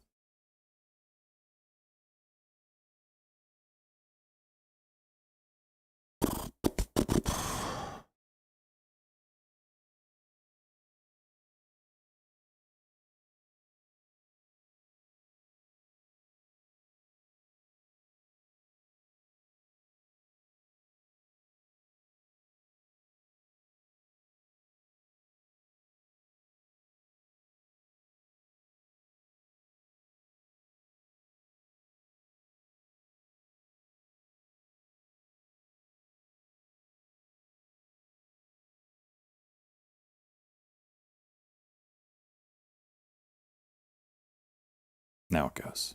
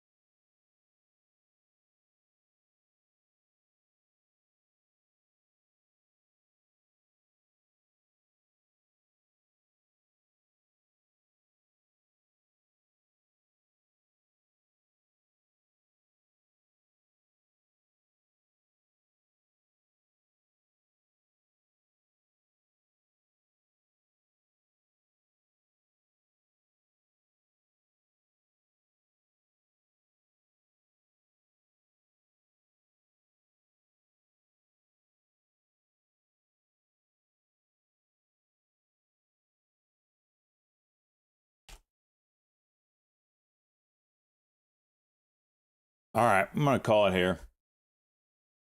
Good day. $1,500. HMR. I'll watch that one a little bit. I really like kind of the daily potential on that one, but I feel like the market's waiting for NVIDIA's earnings tomorrow. So just going to take the money and run. Chuck. As always, hit me up in the DMs if you have any questions or comments.